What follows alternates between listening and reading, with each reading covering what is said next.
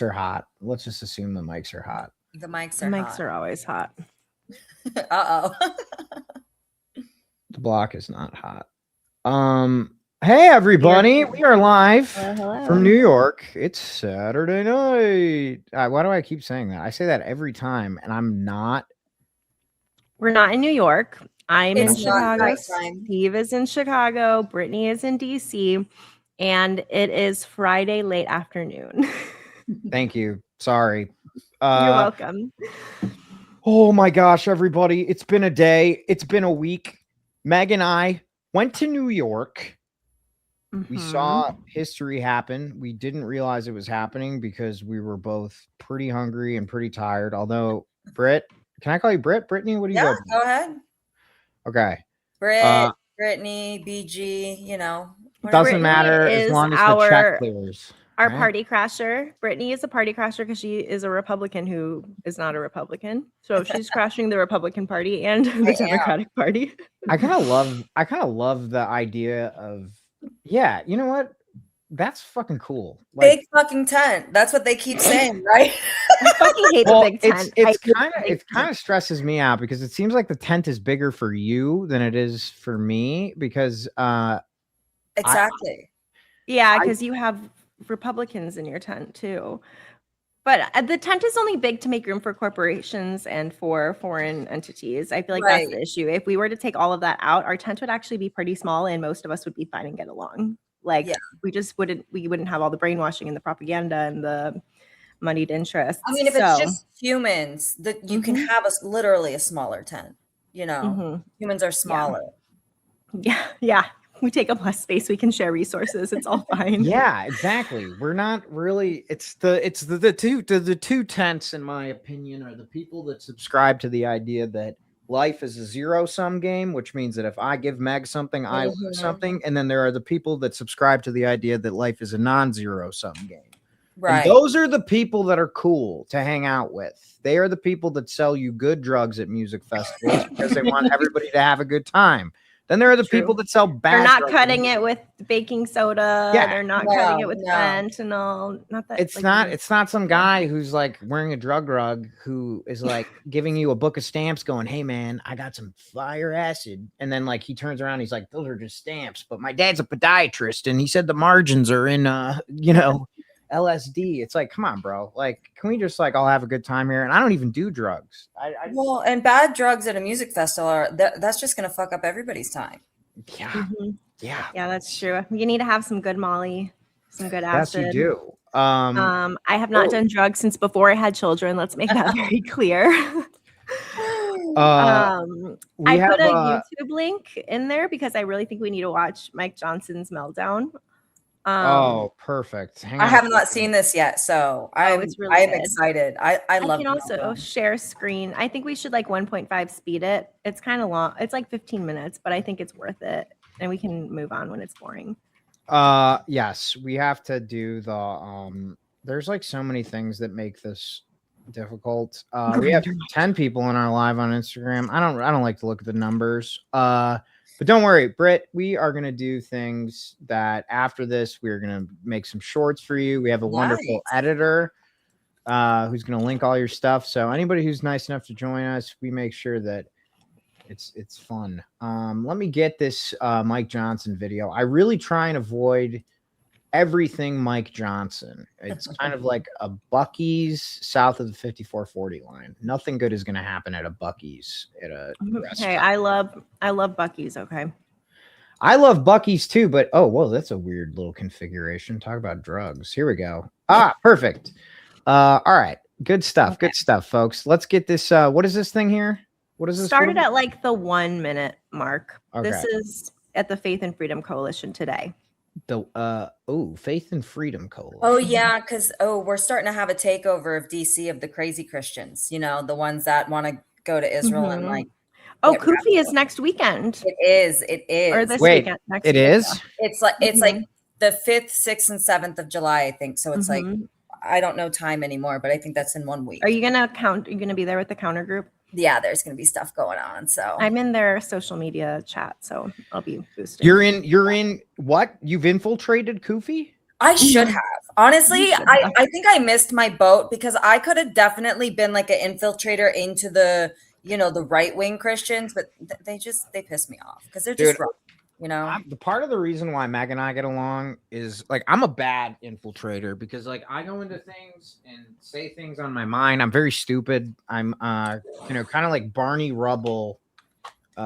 Just like it's not good. I don't know how long I would last in a Kufi group chat. What is it? Christians United for Israel. Yeah. They have 11 million members. Yeah. What? 11. That is like the largest lobbying group for Israel in America. And it's not just them. There's a whole bunch of like other little evangelical Christian groups that love Israel. And I've seen them in Congress because I'm like genuinely curious because I'm Catholic, shout out, big up to the Catholics who are not Zionists.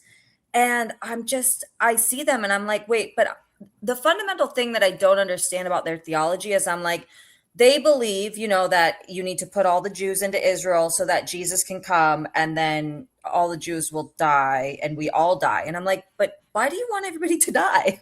Like, no, they want Jesus to come back. And then when Jesus comes back, he's going to create a new earth for just the Christians.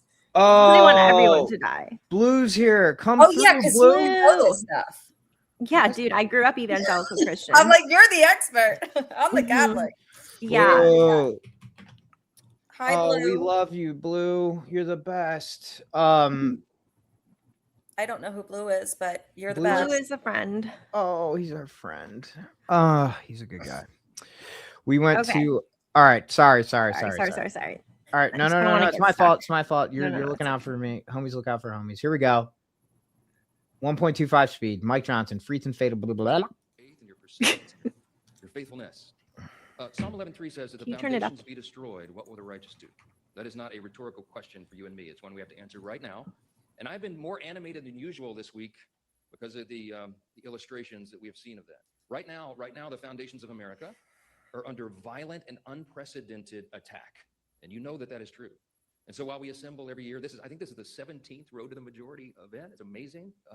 Thank you for being a part of it because it's never been more important than it is right this moment, okay?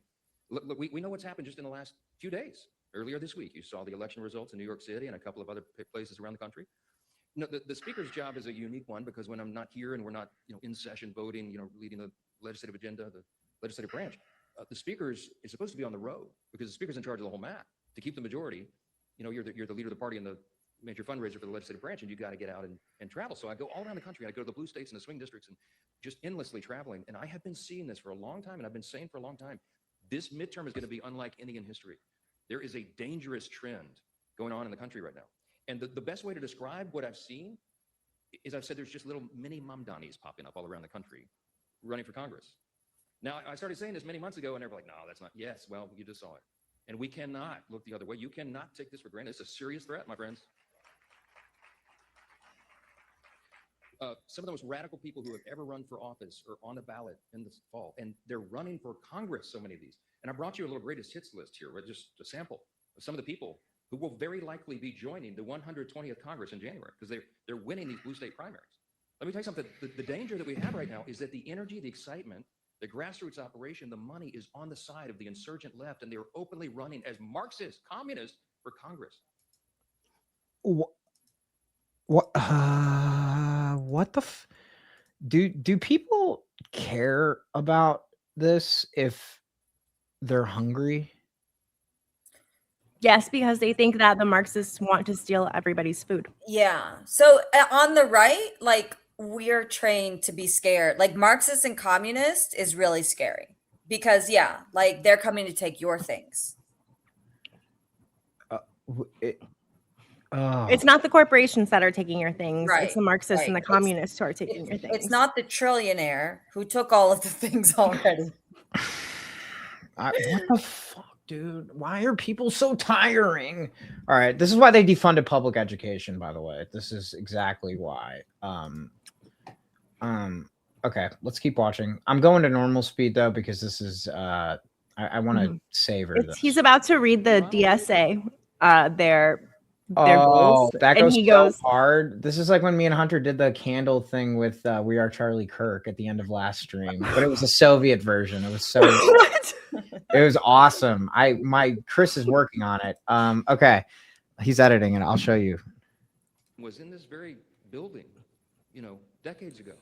He talked about the threat of communism. He was referencing something happening as a threat overseas. It's now on our own shores, in our own homeland. Listen to some of these examples. This is candidate Wang in California refuses to say the Pledge of Allegiance. Hamaway in New Jersey has ties to Al-Qaeda and other terrorist organizations.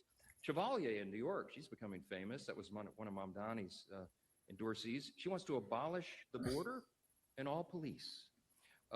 Mendoza of Arizona wants to decriminalize trans prostitution. You didn't know that was a thing?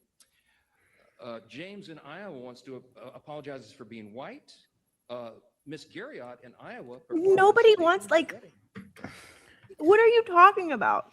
I know the left says shit like this, and I'm like, it's bad branding. You guys have to figure out a better way to explain these positions, but still, none of them are running on these platforms. No, they're that's not. Crazy. And I mean, some of them are just outright blatant lies. Because I follow Dr. Hamawi pretty closely. That is a 100% lie, and I'm like, he should file a defamation suit.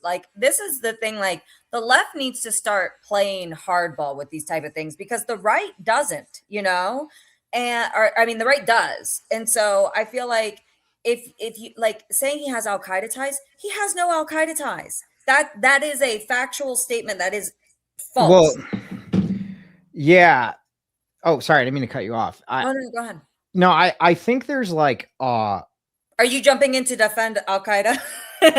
No. But I do find it ironic that there's a white supremacist group in America called The Base. You may be familiar with them. They actually just made a movie about it with Jude Law. It's based on a true story, and it was the white Christian nationalists that likely were indirectly associated with how the right became extremist online. There was a series of bank robberies in, it was Oklahoma, Texas, kind of down in the South. And basically what these guys did was they were trying to create, the kind of Aryan nation or whatever. And some people on the right in neo-Nazi circles figured out that the easiest way to radicalize people was the internet. So in the early and mid 90s, these bank robbers financed computers for the right wing. And I find that pretty ironic on several fronts, as well as depressing, because one, Al-Qaeda actually translates to the base. Yeah. And two, the people Muslims in the 15th century treated Christians and Jews better than American Christians in the 21st century. It's pretty objectively clear historically that this was something that was not a big deal to the caliphate. So it's incredibly disappointing to see the collapse of public education, because I am by no means an intelligent person, but I had excellent teachers who were patient with me. You've not received an apology this month for me being white. I'm sorry, Blue. I'm sorry for being white. Anyways, I just thought that thing about the base was interesting. We gotta talk about that more. But yeah, Robert Matthews, crazy guy. So Mike Johnson, there's a lot of those people here though. They're all inspired from that movement. That's what all this was about.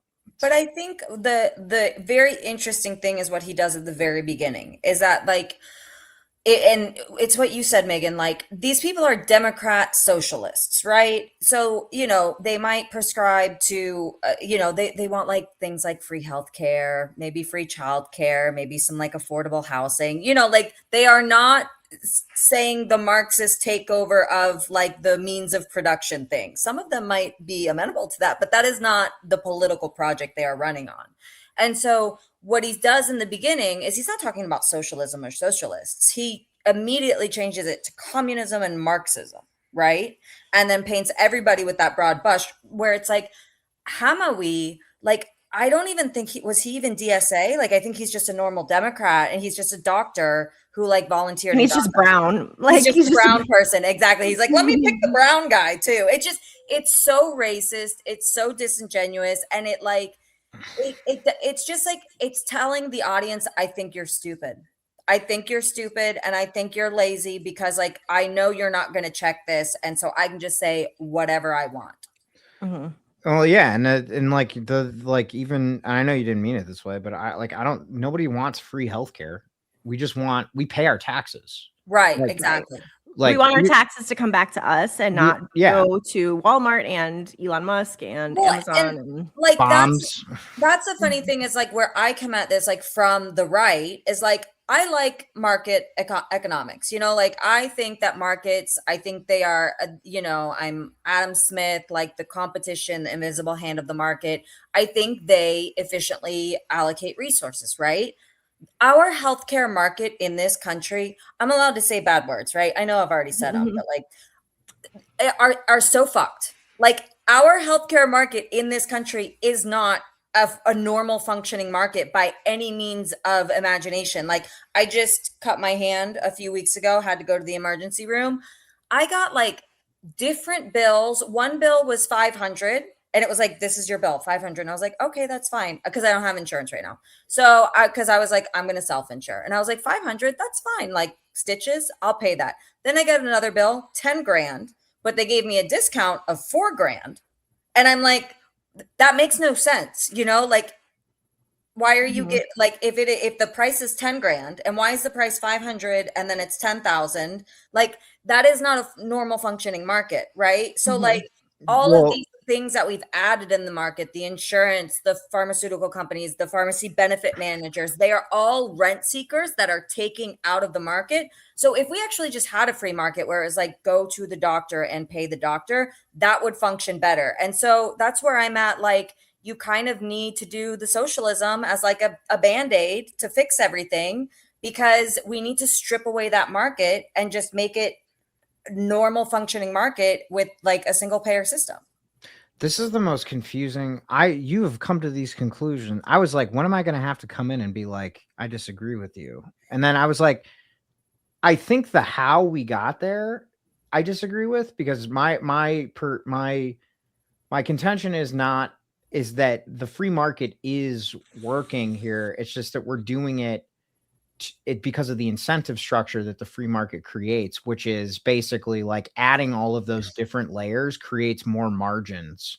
And so ultimately the free market incentivizes returns on investment. And thus you create more and more middlemen that operate under the umbrella of these super corporations, and you find more and more margins.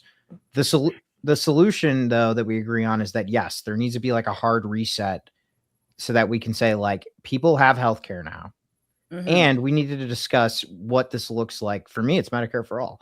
And I realized that in our lifetime, we are going to be a lot better off once we get to a single payer system and hopefully stay there and then refine it from within there. But I was curious. That's an interesting, anyways. Well, so just to pick up on a couple of those points. So like, on the way the market functions. And I think this is like kind of a misnomer about when people say the free market, right? Because there is really no such thing as a free market. Like I think maybe burgers, like cheap burgers, that's a really well-functioning market in our country. Like, because if you look at something like economically, if you are a good functioning market, your goods are basically sold at marginal cost, which means were you an econ major in college? I was not, but I did go to University of Chicago, which basically for law trickle down economics. I know. Economics was founded there. Milton Friedman. Yeah. Oh yeah. I do have to say on behalf of the University of Chicago, like we fucked up antitrust law. Like when I took antitrust there, they were so proud of it. And now I'm like, y'all fucked it up, because that's like kind of when our shit started going off the tracks with our economy, the 1980s. But basically like what you're saying about the margins is like the only way that you can keep piling those companies up and extracting more out is because people are not, there's no price tag. there's no price transparency, and there's a disconnect between who pays the price. So I as the consumer am not paying. It's the health insurance company, it's all these other people. So there's incentives, all the incentives are not aligned, and then there's incentives to like inflate prices, doctors to inflate prices, the pharmacy to take their cut, whatever. And so if you strip, if I had to pay, if you had to pay, if you had to go to the doctor and be like, you know, I want an x-ray, it's going to be this much, it would naturally, the costs would come down because you'd be like, I'm not paying for this. I'm not paying for this. I'm not paying for this. Right. But it's an inelastic demand. There's right. So that's my second point. My second point is that just because we are a market-based economy doesn't mean there is, and I think this is something that, you know, the conservatives have like a trick they've played. It doesn't mean that there's no room for regulation. I mean, Nixon created the EPA. Like there are going to be, you know, like things like you said, inelastic demand. There's going to be like inefficiency. Can we explain what inelastic demand is for the viewers? Inelastic demand is basically like where demand does not react to price. I think, you know, that's kind of like the economic term. It's like food. Everybody needs to eat, so there will always be a demand for food. Yeah, but some foods you do have, and like beef. Well, yeah, no, like But the point is like if you break your arm, you don't get to choose to not fix your arm. You have, you know, so that's where the supplier of arm fixing will have a power over you as a consumer. And that's when you do need government to come in. And that's when you start thinking about, well, what things do we want to provide as a society, like that we do think government should provide? Because when I look at these things, I think, well, government should solve collective action problems. And then you know, decide what is a collective action problem. You know, I think water is a good example of this. Like, it would not, I know some people are privatizing water. It does not make sense to have water as a competitive resource. That is a bad thing. So like, it does make sense to have water be a monopoly and be run efficiently by the government, so that, because everybody needs water. And so maybe healthcare, certain aspects of healthcare is something we want to do. And that's something that like we should decide through a democratic process as a society. Like, you know, just to say, like, maybe we want arm fixing to be part of the healthcare, that if you break your arm in this country, you get it fixed for free. Maybe we don't want boob jobs. You know, I'm just saying that I love boob jobs, but maybe that's not something we want for free for everybody, right? Or like, I mean, I want to bluff. Are her. you a Republican though? This is so that's always the question. No, I'm so this is really well thought. Okay. It's so interesting, right? I'm like, none of us are anything, actually. I was an econ major. Actually, I met a guy. Oh, you're an econ lady, so you know probably economics more than me. No, actually, I don't. I had the most credit going into college, and I didn't go to any of my econ classes. But I'm a very good actor. And no, I actually did meet a guy who I want to go back to Mike Johnson in a second. Sorry, I'm enjoying the discussion. But there was a guy I met who wrote the book about John Maynard Keynes, who is my favorite economist. And he's definitely, Meg would love John Maynard. You know Keynes, right, Meg? Yeah, he's the kind of guy who said that, like, basically he was kind of the economic ballast behind the New Deal, which, you know, his argument is that if the government spends money, that it creates growth that is a multiple of the money they spend. There's this thing in economics called the Keynesian multiplier. And it's depending on the sector. Not defense is not a good multiplier. Yes, no, defense is not a good multiplier. Yes, exactly. But like education, for example, yes, you know, something exactly. Yeah. So one of the things, so it would be cool to listen to the two of you to watch the two of you discuss. But yeah, like, so anyways, it's interesting. That's okay. We're going back to Mike Johnson because hold on, I just want to say this. Please. Sorry, I didn't mean to monopolize. No, but here's the thing: is like, because you're talking about your favorite economists. Like, yours? I don't know if I have a favorite one. I mean, is what's his name? Is Ronald Coase? Is he an economist or is he more legal? I don't know. He's my favorite. I don't know if I know him. He discovered the Coase theorem, but I have no idea what you guys are talking about at all. So I'm just chilling here. Okay, but you should go back and you should actually read Adam Smith, because he's very pro labor rights. Like I think on the right, he's characterized as like very kind of libertarian because he's market. but like he's actually, I mean, basically Marx took Smith and then turned that into communism. Like Adams took the kind of the foundational principles, and then Marx came and took that and said, yes, and labor should belong to the collective. Whereas Adam Smith is more like labor should belong to you, right? Whereas I don't want to be part of the collective. I don't like people. I think that's why. That's okay. We need to start. Okay. See, so like, just to kind of get into the meta of this whole thing, Meg's like, I invited a bunch of my friends on the thing. Is that okay? And I'm like, Meg, honestly, we don't know what we're doing. So yeah, that's great. You always have interesting friends that come on and I learn something new. And then now we're like, I'm learning about, it's so fun. It's so fun. It would be great if I could support myself doing this, but if I can't, so be it. At least I'm learning something. You can't buy education. Wu-Tang is Meg, economist, the cream principle. Yes, cash rules everything around me. Blue also said that he was promised boob jobs in the Constitution. We're gonna leave that one up here while we watch Mike Johnson, the Armie Hammer movie. I loved it. Haven't had a pure trash movie. Okay. We're gonna get there to that. Be monsters. Who are you? Hello, nice to meet you. You're new in the chat.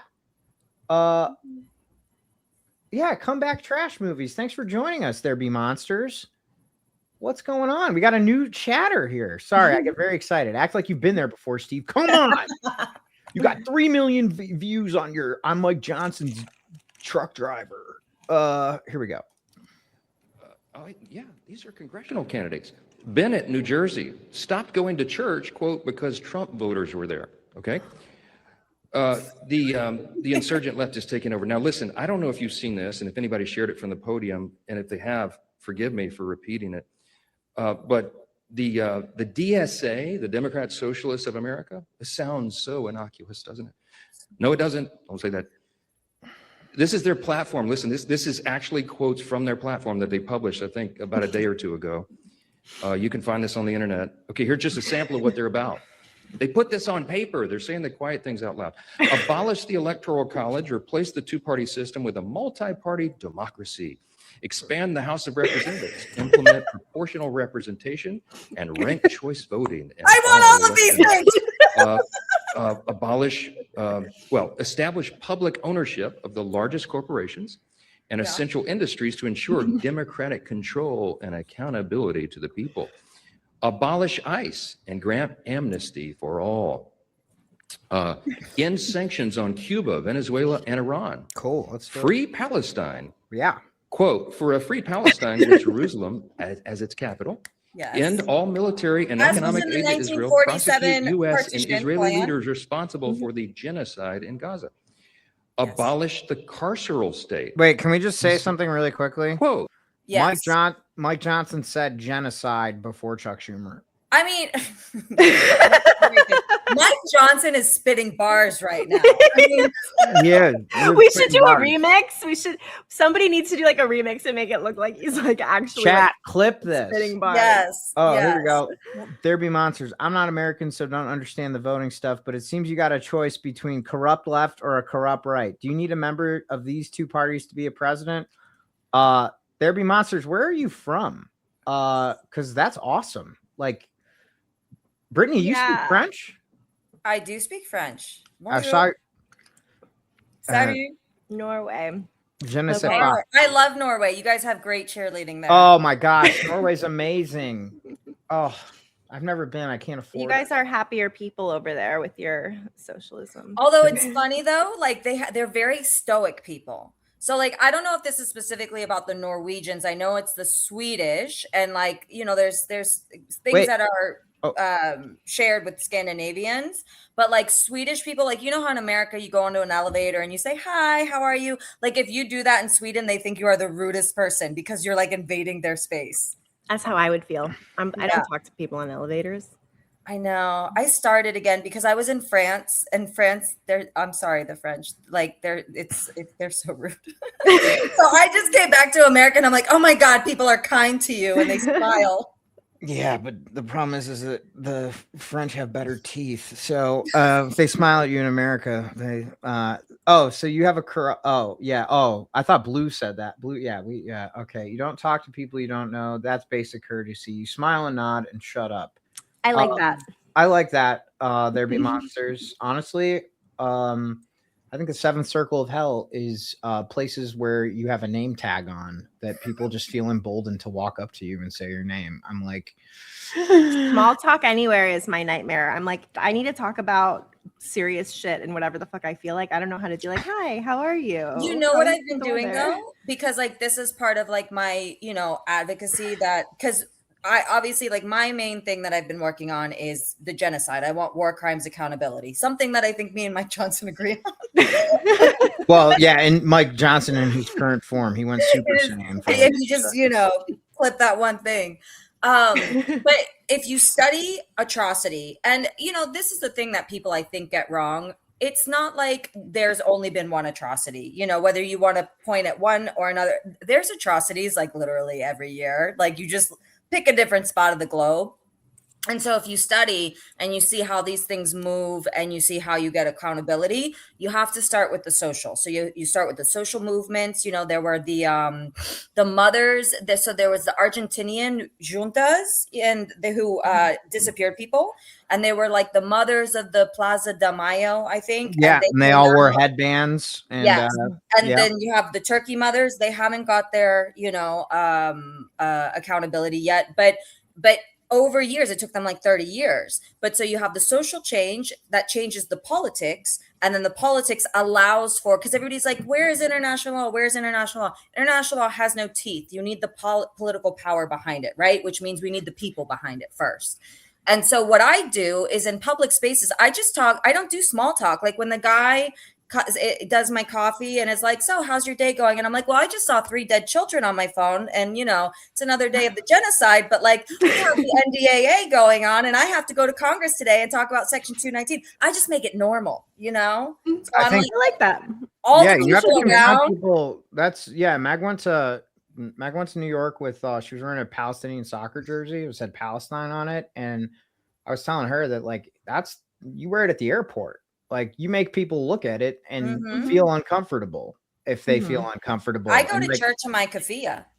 Yeah, exactly. That's where you wear. Yes, exactly. It's like that's This requires like the lefties, like if I give gentle advice to my lefty friends, stop using the word comrade. Like it really triggers me. This comrade. I guess I'm not a lot of lefties.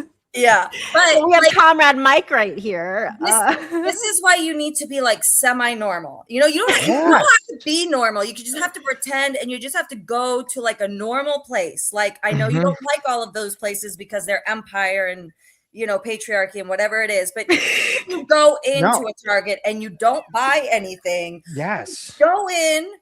Look at stuff and then talk to people randomly. Be like, oh, these chips. See, this is how Christians evangelize. This is how they turn. Yes, no. This is how I learned how to do accents because I was broke and I would go into different chain stores because I hate them. This is like 10 years ago, and I would do a different accent. Like I would do Irish Dublin in Walgreens.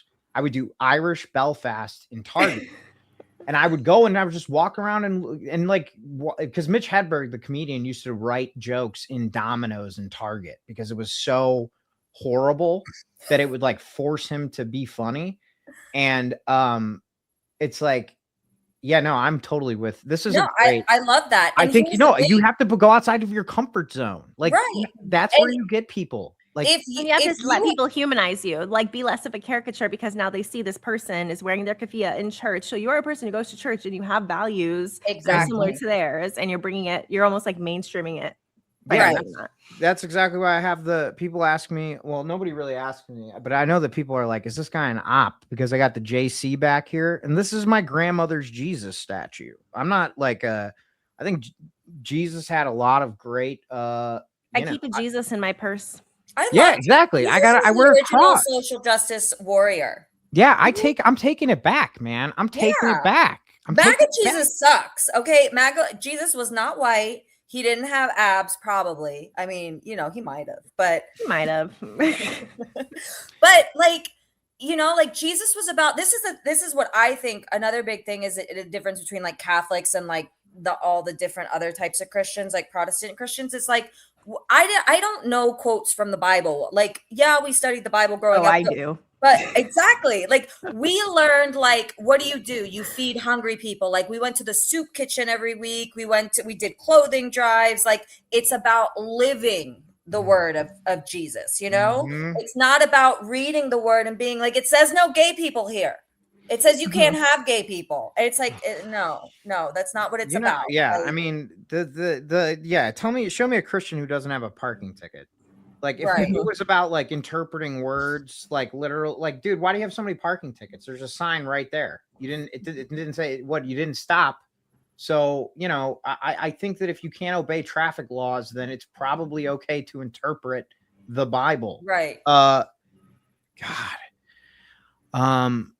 Okay, let's go back to Mike Johnson because he's spitting bars and we stepped on all of his fire. We did. He was on a roll. Just straight heat, dude. Redirect police and prison funding to public services as steps towards abolishing the carceral forces of the capitalist state. Y'all, it goes on and on and on. Defund the Department of War, replace the president and the Supreme Court with an executive and judiciary chosen and subordinate to Congress, which they're hoping to take over. I mean, isn't that kind of how it's supposed to be? May agree with that, but don't just leave that one there. Okay. It's supposed to be like, you know how when you put box flaps together, it's like overlapping. There's a new Gallup and NBC poll came out I think 4 days ago. Listen to this. Only 29% of Democrat voters now say they are proud to be American.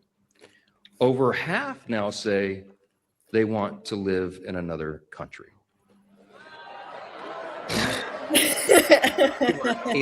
How many passports go. We can't deport that many. So let me tell you, this is a very sobering. Let's see how much time I have here. 3 minutes. Okay, look, I am very bullish about the midterms. Let me just tell you right now, as a leader of this little army in the House, we are ready for this fight. We're ready for this fight. We're called for it. We're called for it. Just wait until he gets into this. My friends, I have a very boring 90-minute slideshow that I could go through with you right now. All the reasons we're going to win. We are going to defy history. It is true. We have to defy history. Only twice in 90 years as a sitting president picked up seats for his party in that first 2-year cycle. But this is a midterm unlike any other, not only because of the threats that we face that are very real and must be confronted, but it's because of a lot of reasons on paper why we should win. We have a great record to run on. You just heard our extraordinary Treasury Secretary recount some of the big wins that we've done. I could do this with you all day, talking about the 700 bills we passed through the House, the 100 executive orders we've codified, and all the great things we've done for hardworking American families, and pro-family policies and pro-life policies, and we're fulfilling our promises. We have better candidates than the Democrats do. They are on the verge of an open civil war because the establishment Democrats are being pushed out by the Marxists.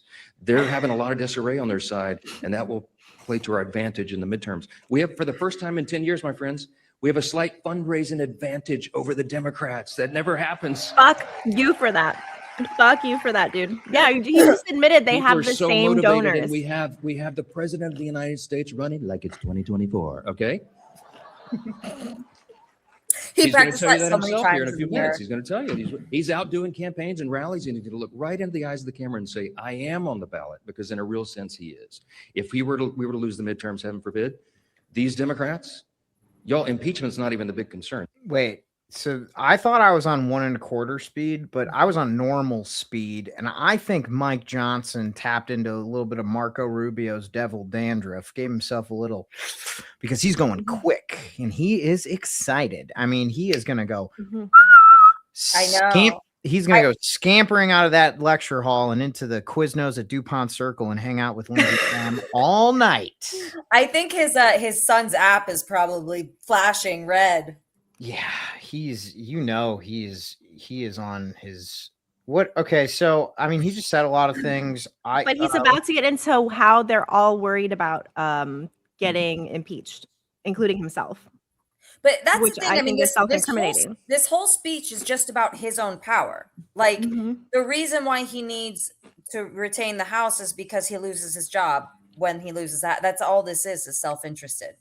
Mm-hmm. Yeah. And he's just like saying but like, man, he's getting into like, we're all going to be impeached.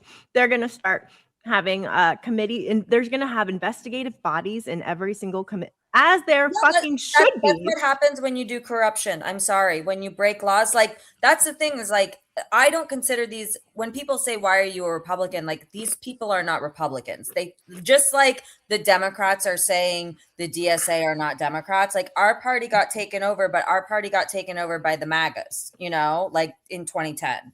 So there hasn't been a good Republican since like Mitt Romney. I'm sure you guys don't like him. Well, but I don't mind him. All right. I'm not going to get in. Okay. Listen, it's an open tent and I respect you and your mind. You're brilliant. And I'm not going to say but here. I'm not. I mean it absolutely positively. I believe that we need a coalition where you and I can disagree with each other passionately. And we both recognize that the other one is a badass. Okay. Like, because I'm like, yeah, no, Brittany is a good faith actor. And she's a good faith actor and she wants what's best for this country because, again, it is the non-zero sum game team and the zero sum game team. So we're on the same team there. I do try to explain to my dad that Reaganism is racism. It just takes too long to explain why. But you don't even like Reagan, do you? Okay, so here's my thing on Reagan. Like, so I like a lot of things about Reagan, right? One, okay, the biggest thing that's racist is states' rights.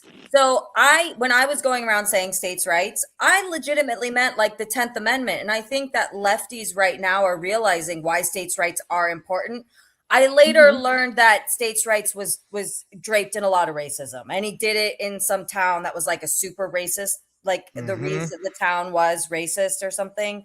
But like, so I understand that framing, even America First is like, America First was a Nazi slogan, you know, like, so I think with respect to that is like, I don't want, like, coming from a good place, I don't want to say or do things that like hurt people, right? No, yeah, I know. But I think we also need to have like, the other thing is like things do change over time. Like I think globalize the Intifada is another example of something changing meanings, and it doesn't necessarily like always have the same meaning in the same context, right? But the things I will say about Reagan, because I do want to like, is like he is, I think, the president that has stood up the most to Israel, right? So like 1982, he picked up the phone and he told Menachem Begin, like, shut this shit fucking down. And they did it. Like they stopped the war in Lebanon in 20 minutes, right?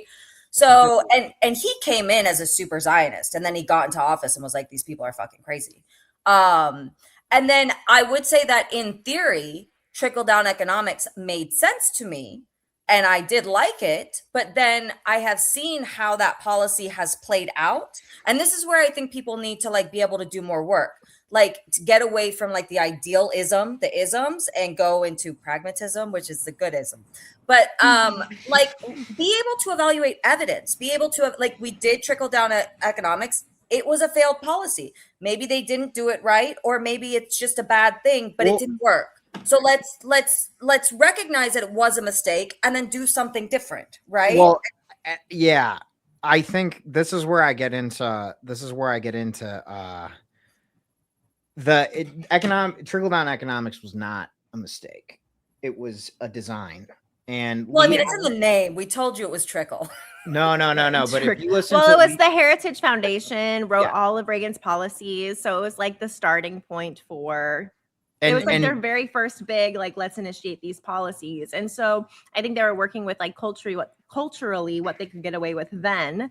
And it has pushed things to now. And I think like understanding, you know, like the fruit and the root as a Christian, Jesus said to judge a tree by its fruit. Right. And like, we are looking at the fruit of this tree. This is a bad fucking tree. It's and we need to uproot it. And exactly. I don't think, I think there is one piece of evidence that speaks louder than. I mean, I don't even think we can play it here because it's so offensive. But if you listen, if anybody here Googles Lee Atwater interview before he died, he was the most prominent Republican strategist. He was like, it was like Roger Stone, Lee Atwater, and Paul Manafort that shaped the modern Republican Party. Kevin Phillips. Well, no, Kevin Phillips is after them, but I'm talking about in the late 80s, Paul Manafort, Lee Atwater. This is like the early 80s. Paul Manafort, Lee Atwater, Roger Stone. Lee Atwater is dying of brain cancer in 1989, and he becomes an evangelical Christian. And he decides that he's going to hell because of the policies that he helped enact that he had wrought on the American people.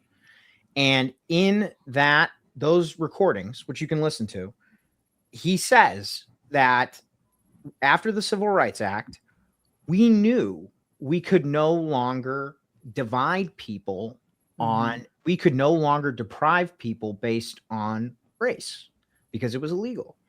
So what we did, and this is Lee Atwater talking about the conservative movement, is we started using dog whistles, like small government, because we know who small government benefits and we know who it hurts.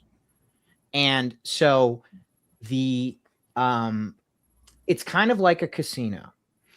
They put the slot machines in a place where they're everywhere, and they're always the first thing you see when you walk in, because that is what the casino makes the most amount of money on. And they don't tell you that, but if you know it, you see it, and then you can't unsee it.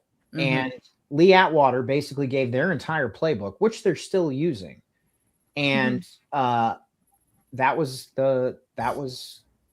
what we're living in now. I mean, that if you guys haven't read Jesus and John Wayne, you should, because it is about how it's such a good book. But it's amazing. Jesus and John Wayne, how they used Christianity from the civil rights to now. It's super helpful. I need to fill up my water. I'll be right back, but you guys should put Mike Johnson back on. Okay. Oh, let's see. We got 3 people on Instagram. We got the biggest surprise for me is that the African Bible is the oldest Bible we have. Well, that's where life started. That's where everything started. That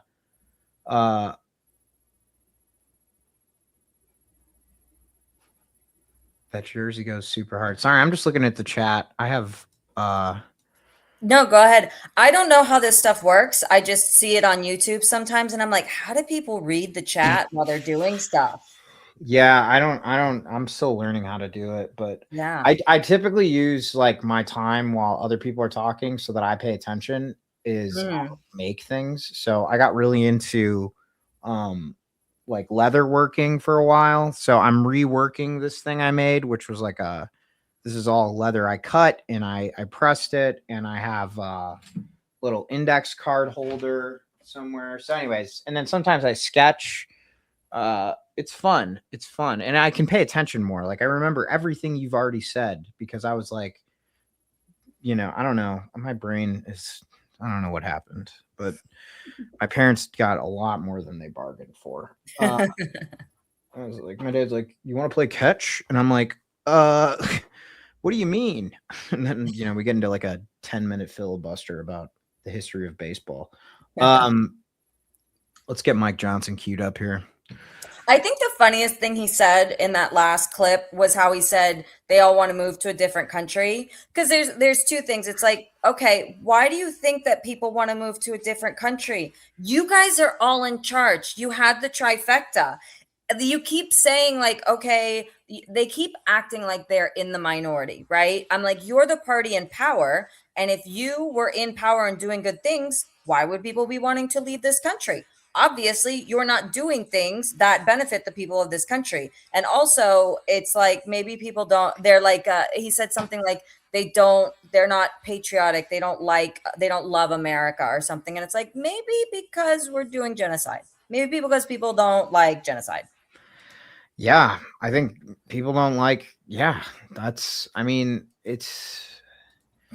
really people exhausting. Don't like not being able to fucking eat while there's a fucking trillionaire. Right. Yeah. Like, because like the thing is, this is another thing that I think the left could like do better, because you need to have these conversations like very nuanced, which is hard on social media because there's so, it's only like this much amount of time. But like, I understand for some people in this country that they've always been oppressed in this country. And like, yeah, why would you ask those people to love America? But I also recognize that there are people who came to this country, like basically my relatives, like half my family they were Russian Jews, and they escaped the pogroms here in the late 1800s, and they, built lives here and produced me eventually, right? Like they were able to build businesses and like, generate wealth, and they weren't like, they were normal people, right? So it's like, I think there is like a beauty in what America, like the promise of America. I agree. I think it's just making the promise of America available to all. Exactly. And like, that's where like it's like America has shown its promise to a lot of people. And also we ignore the genocide of indigenous people. Yes, I think 100%. It's like the biggest thing. Like we really have to make amends to that in the way that, On that, I finally figured something out. It just like came to me, and I'm like, I am going to bequeath, when I die, all of my goods and my house and my property to the natives of where I have a house in Florida right now, but if it's not in Florida, I'll just, whoever the natives are, I'm just going to give it all back. Because I do find that as a very difficult question that I get a lot about Palestinian rights, because you're fighting for the natives of that. And they're like, well, aren't you living on stolen land? And I'm like, touche. And I'm like, but you're doing it like they're making that argument in a very like disingenuous place. Instead of being like, so what can we do about that? Right. Like, and that's they're the saying question. like, we stole the land too. And you stole the land. So we're all just stealing land. And I'm like, we should all not steal the land. Yeah, like we need to stop it. We can't use the past as an excuse for it. Like we need to make amends going back, and we need to like stop it going forward. Right. Yeah. And that's very Christian. Yeah, it's true. It is. Okay, Mike Johnson, let's let him take it home, and then we can get into the things that we were. I know that we had scheduled.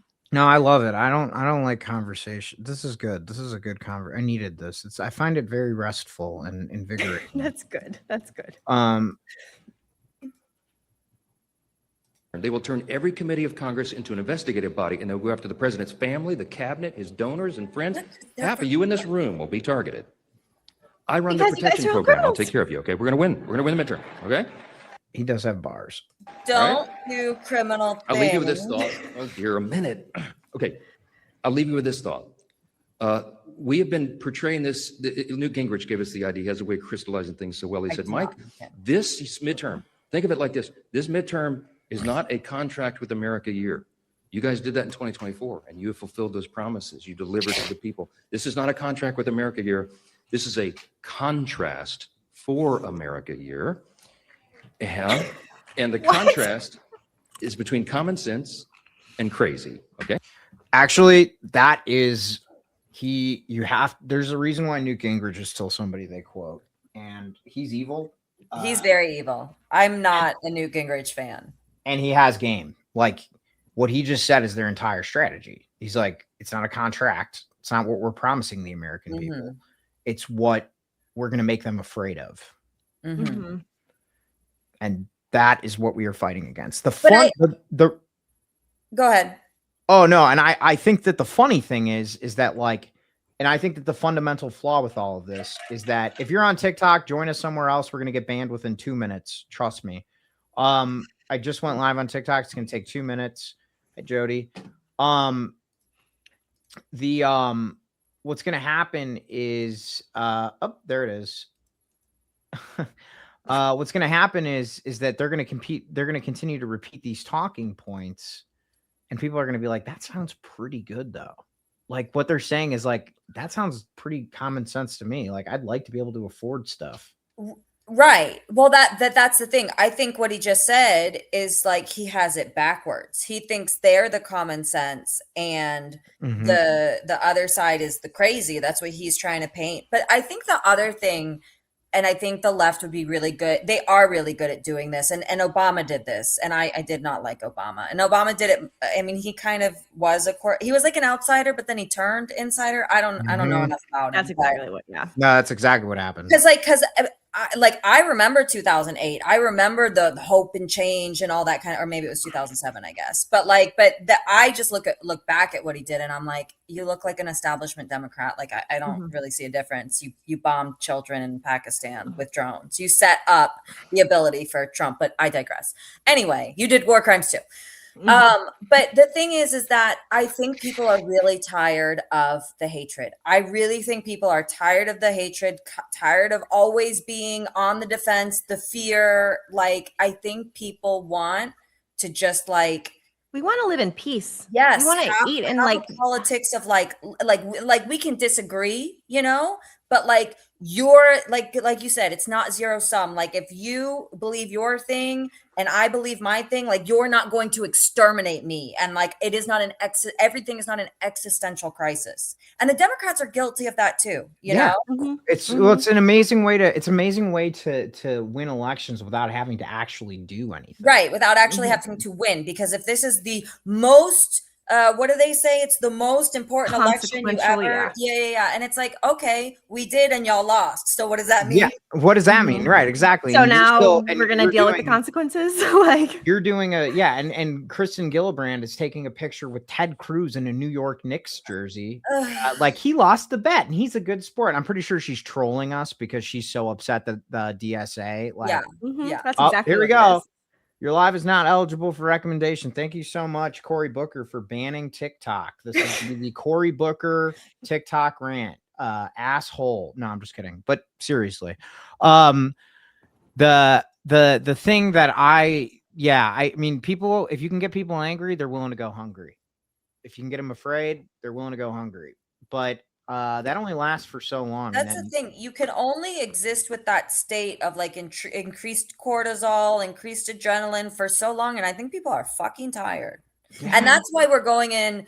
I think we were talking about this the other day. That's why we're going into the nihilism, right? And the authoritarians take advantage. I think that's the difference between this moment and fascism, and why it's like why people are saying this doesn't feel like fascism, because fascism was very theatrical. Everybody was out in the streets. They were praising the dear leader. There was a lot of like people were energized. And people are not energized now. Like people are tired and they're nihilistic and they're checking out. So this is kind of like a reverse fascism in a way. Yeah, anti-fascism, but not that one. No, I think it's right. We'll just start calling Trump Antifa. No, it's funny because I don't think I've like I definitely think that the problem with Trump is not a fascist. He's a Trumpist. Yeah.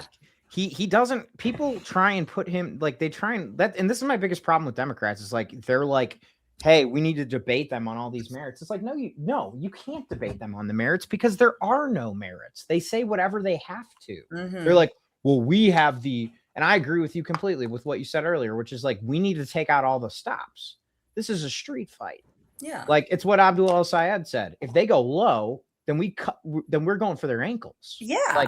Like all day long and twice on Sunday. Like if they are not playing by the rules and the rules have changed, that you play by those rules. Like if you're playing a pickup game of basketball, something that I have never done, I did it once in my life and I couldn't even run the whole court. I was so tired. But if you're doing that and you agree the rules and they're like doing elbow foul stuff, then you got to do elbow foul stuff. That's just that's how you exactly compete.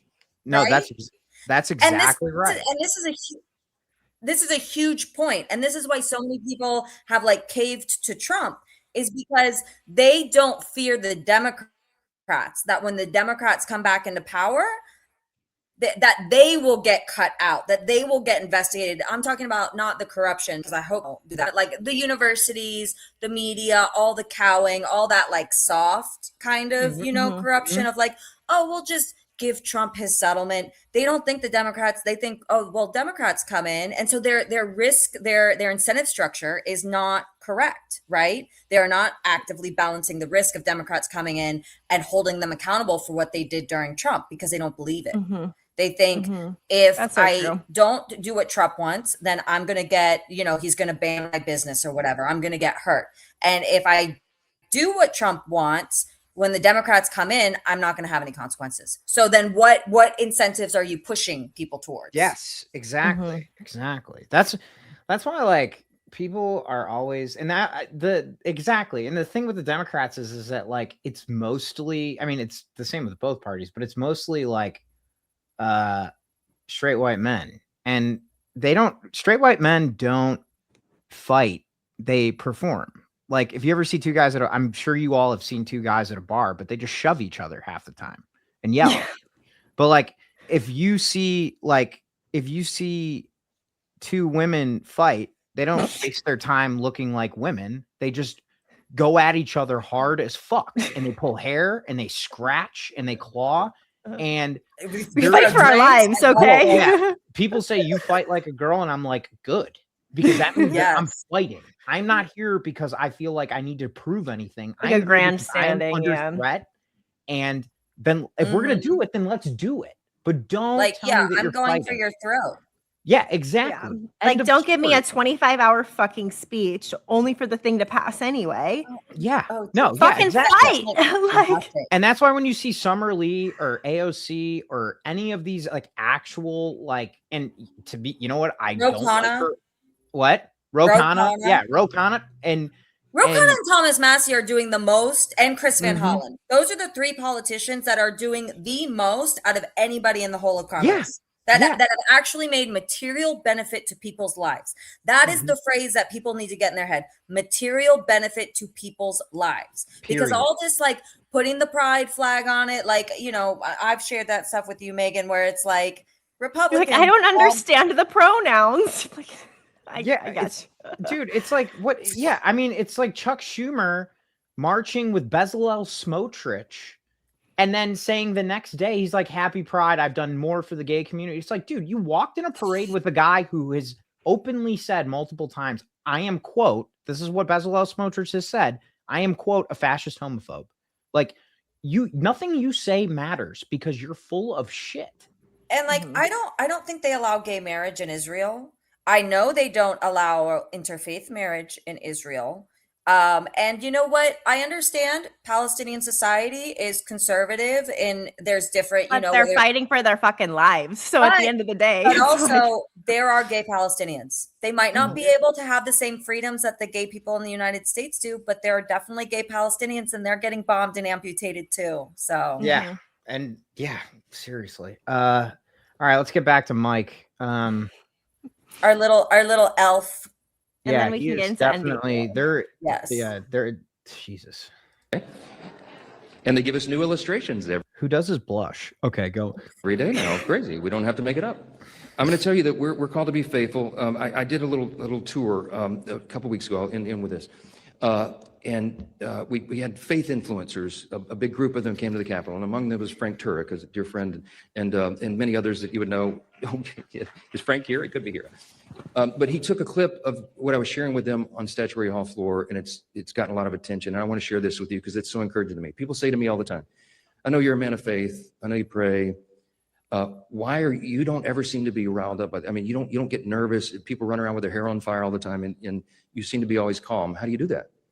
So this is a matter of faith. It really is. And I said, I draw great inspiration from what the founders said and did and wrote and how they believed and walked out their faith in public and how they hoped and expected and prayed that future leaders would do the same. And I'm apt to quote John Quincy Adams. So I was doing a tour, and I'd love to bring you all on a tour sometime. Like I take you through the original House chamber, which is down Statuary Hall. There's a gold plate on the floor where John Quincy Adams once sat as he served in the House. You probably know the story of John Quincy Adams. He was our 6th president, John Adams' son.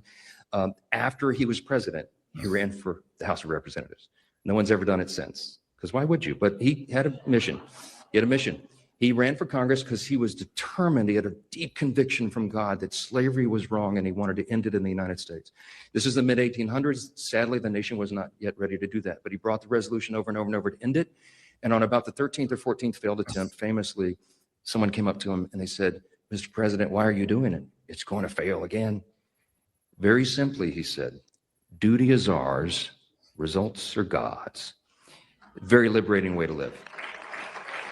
It's actually crazy. Can you pause it, Steve? But it's crazy to me, like, especially on Juneteenth, I was seeing this a lot, how much they're like, but the Republicans are the ones who freed the slaves. And they really die on that hill. And like the parties have like changed and evolved and this and that. So I'm like, you guys do not, neither party gets to really claim who freed who. Like, because we still have, you know, the way that prisons run, that's still ongoing slavery. We have fucking detention centers. We still are like throwing people in jail for the most minor offenses and keeping them there forever. Like I'm like, this is, first of all, it's not a victory. Second of all, like the way the Republicans really do try to claim that they're this like anti-slavery party is crazy to me. It's a cover so that they can be more racist, you know, like so that, you know, like it's like we're not the racist ones. We freed the slaves, right? Like 150 years ago or two whatever it was. Like math. Yeah. But yeah, no, that thing is the thing that really like pisses me off the most, because like I do take the Christianity like very seriously, and I hate, and the Christian Zionists do this too. I hate when people twist basically God's words, you know, for their own agenda that is an agenda that is anti what God would want, you know? Like it's blasphemy, you know? Like it's like, go and say whatever you want, be an evil person, like work for yourself, that's fine, but don't use God's words to do it. That's the part where I'm really It's well, that's how you control people though, because when they think that there's like a higher power that needs them to behave this way or to fall in line, then they can like bypass logical thinking and that's what's been used for hundreds of years, you know. They had that's I mean, exactly, when you tie your power to a religious, to a divine, well, that's why like Caesar was God, you know, like all like divine, right? It's all the kings. Anywho, we want to talk about Armie Hammer. Yes. Yeah, I kind of wait. We got 2 minutes left. I kind of want to hear where he's going. Okay, let's do it. I'm out of time. Let me just share with you what I think is even more inspirational than that. The continuance of the story that I shared on the floor and that they're sharing around, I want to share with you. John Quincy Adams was sitting on the floor, and he failed in that attempt. And after the Mexican-American War, we were expanding the country westward, and there was a move to install slavery out west. So John Quincy Adams, they called him the old man eloquent. He was 80 years old, and he was standing on the House floor arguing with passion and conviction and clarity from Scripture of why we should not do that. And he fell, had a stroke, and he fell on the floor. Where the gold plate like Mitch McConnell. They picked him up and they took him into what is now the women's reading room. It used to be the speaker's room, and they laid him on a couch. He fell into a coma and he died there 2 days later. That couch is still there, by the way. If you come late at night, I'll show you. It's reupholstered, but it's still there. So he passes out. Keep it away from J.D. Vance. 2 days later. Here's the coolest thing, and I'll end with this. 6 pallbearers carried his casket a few days later. Among them was a young congressman from Illinois named Abraham Lincoln. Now listen, okay. The 6th president. Wow, amazing. This is why fucking people. This is why people. I'm done. This is so not real. Like these people are fucking annoying. No, they're stupid too. This is exactly why Marvel movies make so much money, because they're like, oh my god, that's Thor in a movie that isn't Thor. Wow, look at that. Yes. Wait, did you see that? That's Spider-Man, and this is Iron Man. Oh my god. Oh my god, that's it's literally a crossover. Jesus Christ. And the way everyone said, wow. He did it. No, I know. Anti-slavery crossover. Yeah, it was like, and well, here's the thing though. The Avengers of the enslaved. Go fuck yourselves, guys. I know. No mention of any of like the actual Black people involved in anti-slavery. Right. Yeah. Or John Brown. Who, they didn't play a role. Really. Yeah. They signed a paper. Like.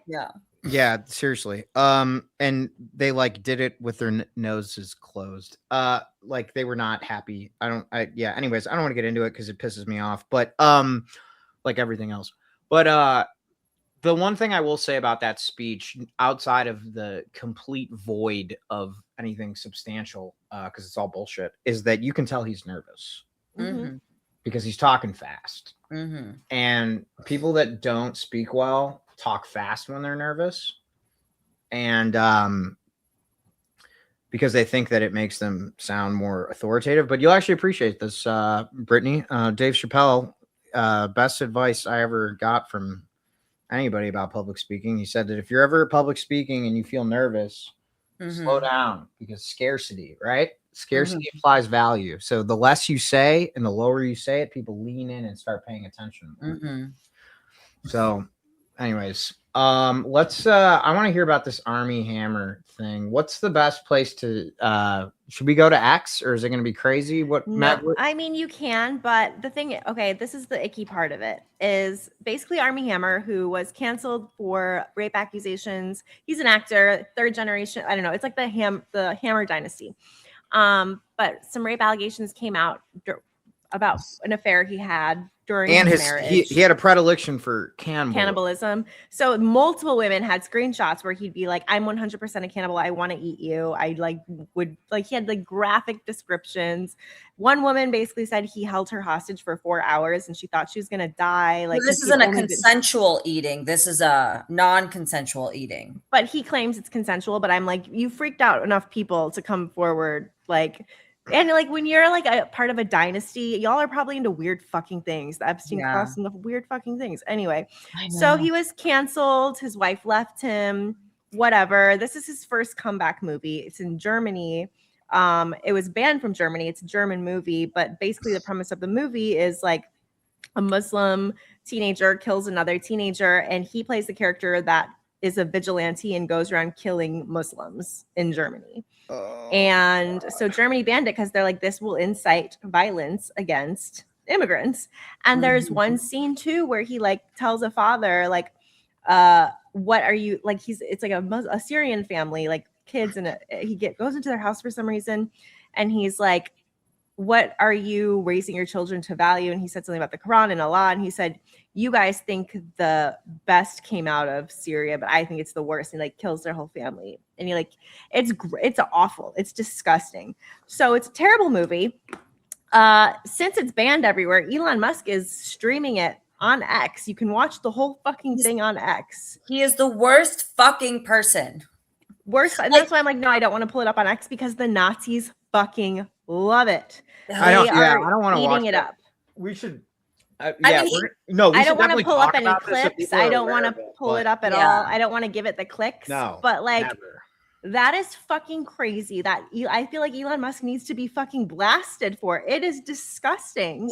It's so gross. Elon Musk is like, I mean, here's the thing: is like, again, we have to look at empirical, right? I like markets, and I think we are not in a functioning market, but any system, whatever you want to call this system, because I think labels do a disservice, produced Elon Musk. It is a bad system.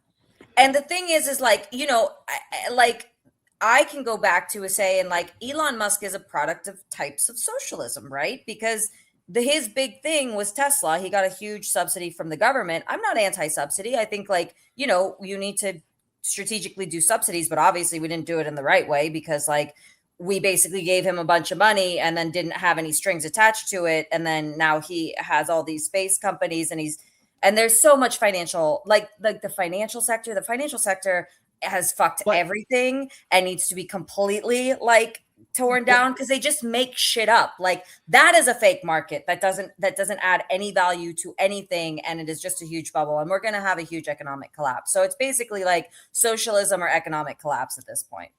So I agree with you on that. But I think the biggest blind spot with Elon Musk is that he is not like, yes, subsidies is what made Tesla, but he's also a benefactor of imperialism. Yeah. Because his dad was an emerald mine. Yeah, his dad owned an emerald mine in South Africa. He came to New York with a pocket full of emeralds that he could hawk. And like it's you know, like they always do the like myth building, like they retcon their like origin story, and he's like, I was in I came to San Francisco with nothing, and it's like, no, Elon, you had a ton of money that your dad gave you, and the reason your dad got it is the same reason that you're expounding now. It's like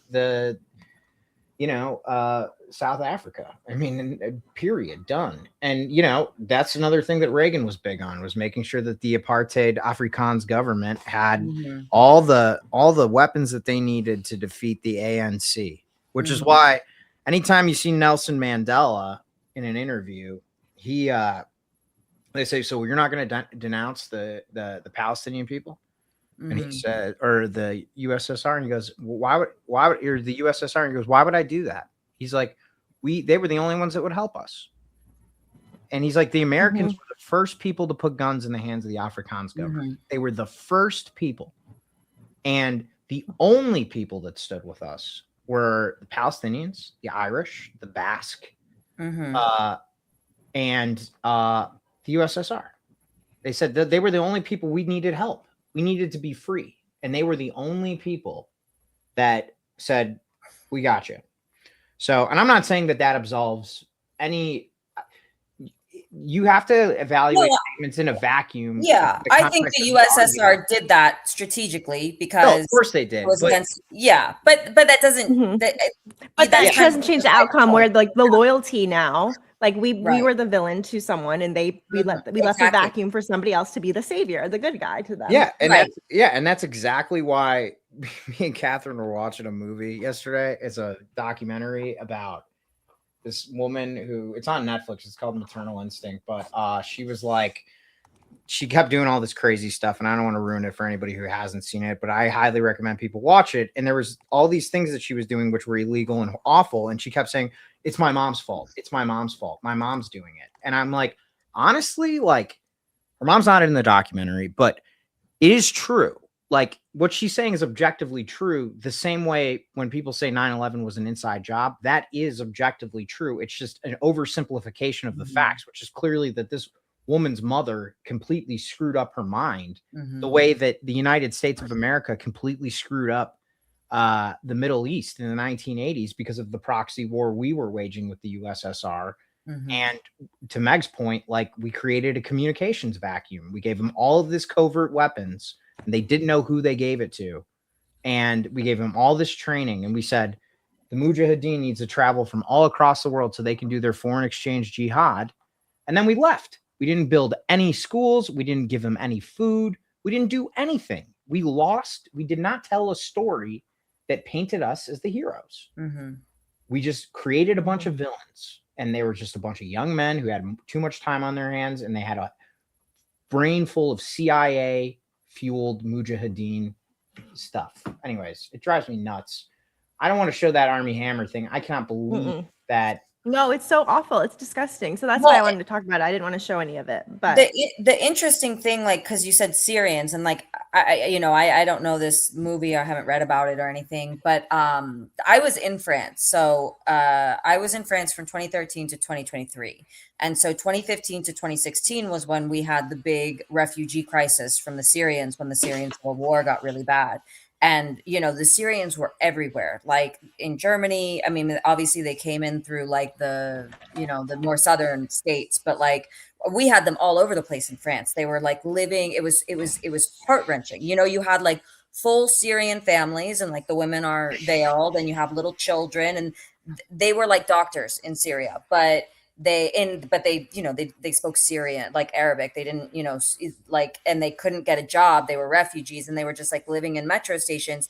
And it was so radicalizing to the European population in like a bad way. And it was so poorly handled by the governments, and it's like, on the one hand, it's like, yeah, people should be able to take in refugees that look differently than them. But on the other hand, like, the government needs to, like, the government needs to solve collective action problems. The government needs, when you have a flood of people coming in, take them, house them, give them work permits, give them work visas so they can find work, so they can be, put them in schools. And the thing is like, that is what Poland did to the Ukrainian refugees. And even then there started to become tensions over time, but they took took in like a million Ukrainians and put them in schools right away and found them housing. And so when you don't dehumanize the people coming in like that, like, it doesn't perpetuate this disgusting narrative of like, These people are lower than us. They're sitting on the floor. They're homeless. They're taking away our resources. And like it has, you see it all over Europe. It's just, and now that's why Europe is starting their own version of ICE and DHS warehousing. Like they are literally going to copy what we're doing here because it's like the same thing, which is people don't realize how bad the poison is. Like it's just this us versus. It's very disheartening. So yeah, I mean the fact that Germany banned it is like I've heard that in Germany the racism is getting really bad too. Like it's a lot like what's happening here. It's not obviously as bad yet, but like the pathway is there. So it's like it's a good thing they banned it. It's good, but like then fucking Elon Musk, like he has a platform. If people want to see this, they're gonna see it. Like he literally just makes his own rules and does whatever he wants, and it's just like that is so disgusting. It's disgusting that the Nazis are celebrating it. They're like, finally someone is giving justice, and it's just like, oh my god. And the comments are like, this is kind of like the crimes happening against us in England too. Like it is inspiring people. It's like it's so no, I mean it's exhausting is what it is. It's the same thing. It is scapegoating, it is othering, it is finding, I mean, like if you look at Islam, it's like very close to Christianity, you know, it's like a couple little differences, but like I mean all the religions, I don't know anything about Hindu, but I'm sure Hindu's the same. None of the religions say fuck over your neighbor, you know. They're all saying and take care of each other, you know, feed, clothe the hungry, feed the homeless, clothe the hungry. Jesus and Muhammad, Jesus and the Mahdi, and Muhammad's a prophet in the Quran. But Jesus is number 2 in the Bible. Yeah. He's number 2, or in the Quran. He's number 2. Mary, they venerate Mary as well. Like I think they think it was a virgin birth and she was born without sin. I may be wrong on those things, but they have a lot of very similar views. So I'm just like, why do we need to demonize them? Like, why do we need to dehumanize them? Like they are not hurting you. So it's like, whose agenda are you playing into? You know? It's divide and conquer. It's just, well, yeah, no, I was just going to say it's the same reason that they demonize their wives when they come home for dinner and their dinner's not cooked, because they have problems that they can't, it's projection. They are taking out their fear and their insecurity. And this goes to the top down. This is like anybody in Congress all the way down. Trickle down psychology. No, it is trickle. Yeah, trickle down violence. Let's not call it that. Trickle down trauma.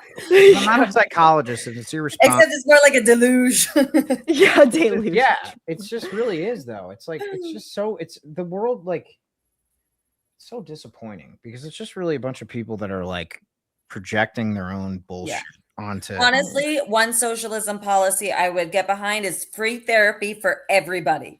That would have so many positive externalities. Like they would never allow that for that reason. I know. Oh, Christians hate therapy. They only go to like their pastor to tell them, you know, like they're like Scientologists like that. Scientologists so find therapy to be well, you have to go clear. What are those sessions called? I like read auditing. Auditing. I read L. Ron Hubbard's first book. Why? Just because? Because I had a friend who wanted to become a Scientologist, but really she just wanted to become famous. It's a friend I was talking about when I was in New York. I was like, oh, my New York roommate, like me and her aren't friends anymore for many reasons, but me and her are just very different because she wanted to be an influencer so bad. She wanted proximity to fame so bad. And what's funny is like, I guess I'm more of an influencer now, but like that has just never been my thing. I've never needed proximity to anything. So it's just really hard. But anyway, so she went through a Scientology. Please don't ever call yourself an influencer. You are not. I know, it's disgusting. Thank you. But she went through a Scientology phase and she would like purposely go to parties that she knew Danny Masterson would go to. And just like anything she could to just be around famous people. Oh my God, that guy is he's horrible. She was like defending him so hard on Twitter when his allegations first came out, but she wanted me to read the first book. Now he's been convicted of those crimes. Yeah, and now he's in jail for like 20 years. But she wanted me to read his first book, so I read it, being the good friend that I am. And I was like, I guess this can make sense, but I'm good. That's people are. Oh my God, dude. That's I know. When she comes back, let's do NDAA and then I have to get ready to pick up my kids. Yeah, can you hear me? I'm feeding my dog. My dog's yes. like do you No worries, dude. Geez, Louise. It's if you're joining us here, I'm gonna tune out of TikTok. Hopefully we can get one person to join us on Twitch. We should only love each other. Yeah, we should all love each other. I know. Why can't we just like get along and like put Elon Musk on a space rocket to Mars that hopefully doesn't and explode. Trump and Mike Johnson and Peter Thiel. All of them can go to Mars. All the buds with their robots because they don't like people. And Epstein because he's probably still alive. Oh, yeah, he's 100%. No, he's not. He's not. I TikTok live anyways because it was, we talked about Larry Ellison would have been very triggered by that comment about not making it to Mars. But let's talk NDAA. Let's do that. Okay, NDAA. All right. Do you want me to just start with like a overview and then y'all can? Yeah, let's like start for anybody who doesn't know anything about it. Okay, perfect. Because I don't know anything about it. Yes. So the NDAA, it's called the National Defense Authorization Act. And this is a bill they pass every year. It's like 1,500 pages. And it's got all of the program. I know, it's a huge fucking bill. Honestly, you should go through it. And because I was looking for my provision that I was looking at. So I just Control F'd Israel. There's a lot of weird fucking provisions in this bill. But yes, it would be an interesting thing to go through one day. I think I'm going to start picking on other sections on it, but this is the key fight right now. So this bill has all of the different programs for the Department of Defense. So anything the Department of Defense wants, like an Afghan refugee resettlement or whatever, or bombs. It's basically bombs. I tried to make it a good thing. No, it's bombs. They have to put it in this bill. They have to go to the Armed Services Committee and like testify and say, this is why we need this new fighter jet program or submarine program, whatever it is. Oh my God. And then I'm just going to show this to the people so you can continue talking about it. I just want to let people know that like you can go like when. Do you want the link? No, I got it. I found it. Okay. I just wanted like people to know, like when we say like, oh, you can go look at these things, like we're not being like facetious. Like you can literally just go and download this document at congress.gov /bill NDAA. And you have this document. Let me give you the one that we're talking about. But I don't know if this is gonna show up. Hold on, I gotta find it. Because that's the one that passed last year. Okay, so this is okay. So this isn't the one that we're talking about. This is last year's. I'll put it in the chat right now because this is the text of the bill. Oh, is that going to come through? I don't know. Yeah, this will work. Let me just put this in here and make sure you can click on it. I can't click on it, but I'm gonna put it in Google and see if I can. May 5th, 2026. HR 880. Yes, HR 880. Does this have this guy? Yeah, this looks like. Is this it? Let me see. Where is your screen? Yeah. It's Does it have section 219 in it?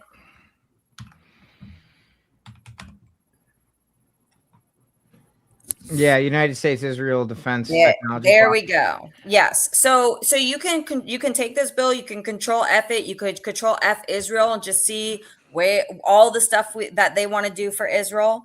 And I want to make clear this is the House version. So there's also the Senate version. And the Senate version is called something slightly different. Let me just find that so you have that as well. I don't know if I can find it. The Senate version is Senate bill. I don't remember the numbers. I just have the PDF open. So this is something that you have to get passed through the Senate and the House every single year in order to fund the military. Is that what you're saying? Yes, basically the Department of Defense. So like all the Department of Defense programs. Sorry, I'm like. No, you're good. You're good. So then what is this? So this section 219, which. Right. So just to go back, so you have the NDAA in the House and you have the NDAA in the Senate. And so they both go through their processes in the House and the Senate kind of at the same time. And then obviously, and then they get passed on the floor of the House and the floor of the Senate. And then at the end of that, they're different versions because they've gone through different processes. And then they go to what's called a thing called conference. And that's where the House and the Senate, basically staffers, get together and they negotiate and they make it the same bill. And then it goes back into the House and the Senate. So that's the rough overview of the process. So we're looking at the House version and we're talking about the House version right now because that is the vote that is next week. So, but there is a parallel process going on in the Senate as well. So like when we talk about what you can do, you can call both your House representative and your Senate because they're both working on this section. It's just, and there's little differences, but it's basically it's going to do the same thing. It's called section 219. You can see it here in the House, and in the Senate, it's called section 1217. But even if you just say, it's called the same thing, the United States-Israel Defense Technology Cooperation Agreement, or even just the defense merger, like they'll know what you're talking about. But just that's a little bit of the background. So what is the implication of this? Right. So this section I'm going to read it from like my computer. Yeah, read it. I'm just showing it to people so that they know that they can do this themselves. Exactly. So this is section 219 in the bill, and I'm just going to it.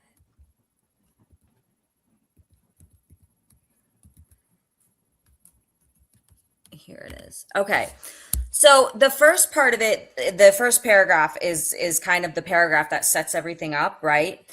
And just in sum, this paragraph is this section of the bill is basically going to require our Department of Defense to find Israeli technology and work with Israeli firms and the Israeli Ministry of Defense to find this technology, research this technology, develop this technology, and turn it into weapons, right? So it's basically a merger, right, of our Department of Defense with the Israeli tech sector and the Israeli Department of Defense. So just to... No, this is great. I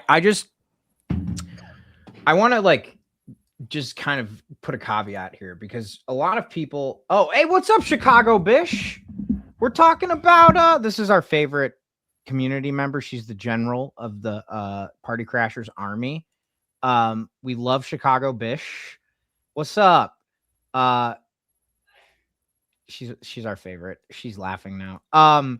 So the thing I wanted to just say is that because we've seen what Zionists are doing to take people out of context. Like when Brittany is saying all of this, this is not hypothesis. This is not conjecture. This is what it is in a bill that is publicly available for your consumption. So this is not a conspiracy. This is not because we think anybody runs the world or any of the crazy shit that people say on X with impunity. This is literally what it says right here. Right. It says, so the Secretary of Defense shall designate an executive agent as such term is defined in Department of Defense Directive 5101.01, responsible for synchronizing cooperative efforts between the United States and Israel to expand and accelerate bilateral defense technology, research, development, testing, evaluation, integration, and industrial cooperation. It says it on the first page of this section in the first paragraph. That sets out exactly what it is doing, right? And it exactly. And it's like, so I like what really drives me nuts is that people are like, oh Jesus, they just really should we? I think we kind of have. Yeah, so the U.S. military just launched strikes in Iran. They announced because they're saying it's in retaliation for some attack in the Strait of Hormuz. Which, I saw if that. they close the strait, then I don't know. Anyways. Yeah, I think they closed the strait, and then I think I saw like Iran launched at a ship or something that was in the strait, and Conduct strikes. They wouldn't close the strait if Israel would stop attacking Lebanon. And if you look at, that's another thing that's in writing. If you look at the first point of the ceasefire agreement between Iran and the United States, including it our says allies. It says Lebanon. The U.S. and our allies must halt all military activity, including in Lebanon. Yes. And Israel said, we will not stop. And so they're going to frame it as, look, Iran attacked a ship they closed the strait because we did not keep up our end of the deal for the peace agreement. That is why they attacked the strait. They closed the strait. They had the right to do so because we did not keep our end of the deal. And so it's like this again, where we blame them for doing what they had the right to do. And then we attack them. It's crazy. It's crazy. And the other part of that is that why is there still fighting in Lebanon? It's not because there's rockets going back and forth from Israel to Lebanon. It's because Israel is in southern Lebanon. It is in another state territory. Because another thing that's very important in international law, and in that point, it says the states, agree to respect the territorial integrity. Respecting territorial integrity means you're not in the other person's fucking territory. Israel just chilling 20% of Lebanon being like, we here. I think that, okay, here we go. The Lebanon War here. This is for everybody who didn't get Okay, so here we go. This is the 1982 Lebanon War, okay? This was the second, because you said that Reagan stopped it, and to a certain extent he did, but they didn't leave Lebanon until 2006. Right. So this was their Vietnam. I think they were attacking Beirut at the time, and I think he stopped attacking Beirut, but they have been encroaching in southern Lebanon. And just for everybody that's paying attention here, Britt mentioned Menahem Begin, who is the founder of the Likud party, which is the ultra-nationalist, right-wing, fascist party that the tradition of which Benjamin Netanyahu is a part of. It's where Kahanism comes from, which is the extremist fascist ideology. That's the ultra-nationalist thing that Itmar Ben-Gvir and Bezalel Smotrich celebrate, the mass unaliving of Palestinian pilgrims that were peacefully praying on a holy holiday. So this is all stuff that is connected. And we're not saying that because we're conspiracy minded or anything like that. It's just history. It's just the stories that we have read that you can find. And if there's one thing you should learn from the three of us, it's that all this information is out there. You just need to know where to look and what sources to stick to, which is go. Sorry, Britt. I can see you're about to say something. No, I was just going to say, fun fact about Menachem Begin, the prime minister of Israel. He was the leader of the Irgun. And if you've never delved into like 1930s, 1940s, Palestine mandate pre-Israel, really fun reading. The Irgun is actually referred to as a terrorist organization back in those papers. It was one of three Jewish terrorist groups in that period that carried out terrorist operations. So Menachem Begin, former prime minister of Israel, was a terrorist. Yeah, no, they were labeled as terrorists because they were considered. See, they were that's the thing. Guerrilla and bombing operations, Yeah, that's the thing, is that terrorists are only terrorists if they lose the fight for what's it called? Self-determination. Yes, exactly. Terrorists only. That's the thing, and that's the thing that I could go on for quite some time about why.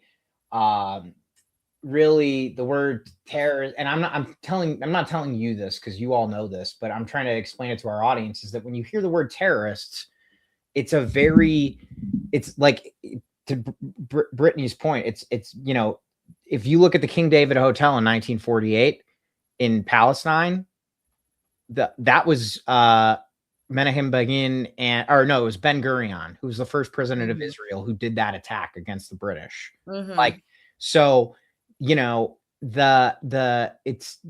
history always launders the deeds of the victors in the context of freedom fighting, but it's complicated. So Right.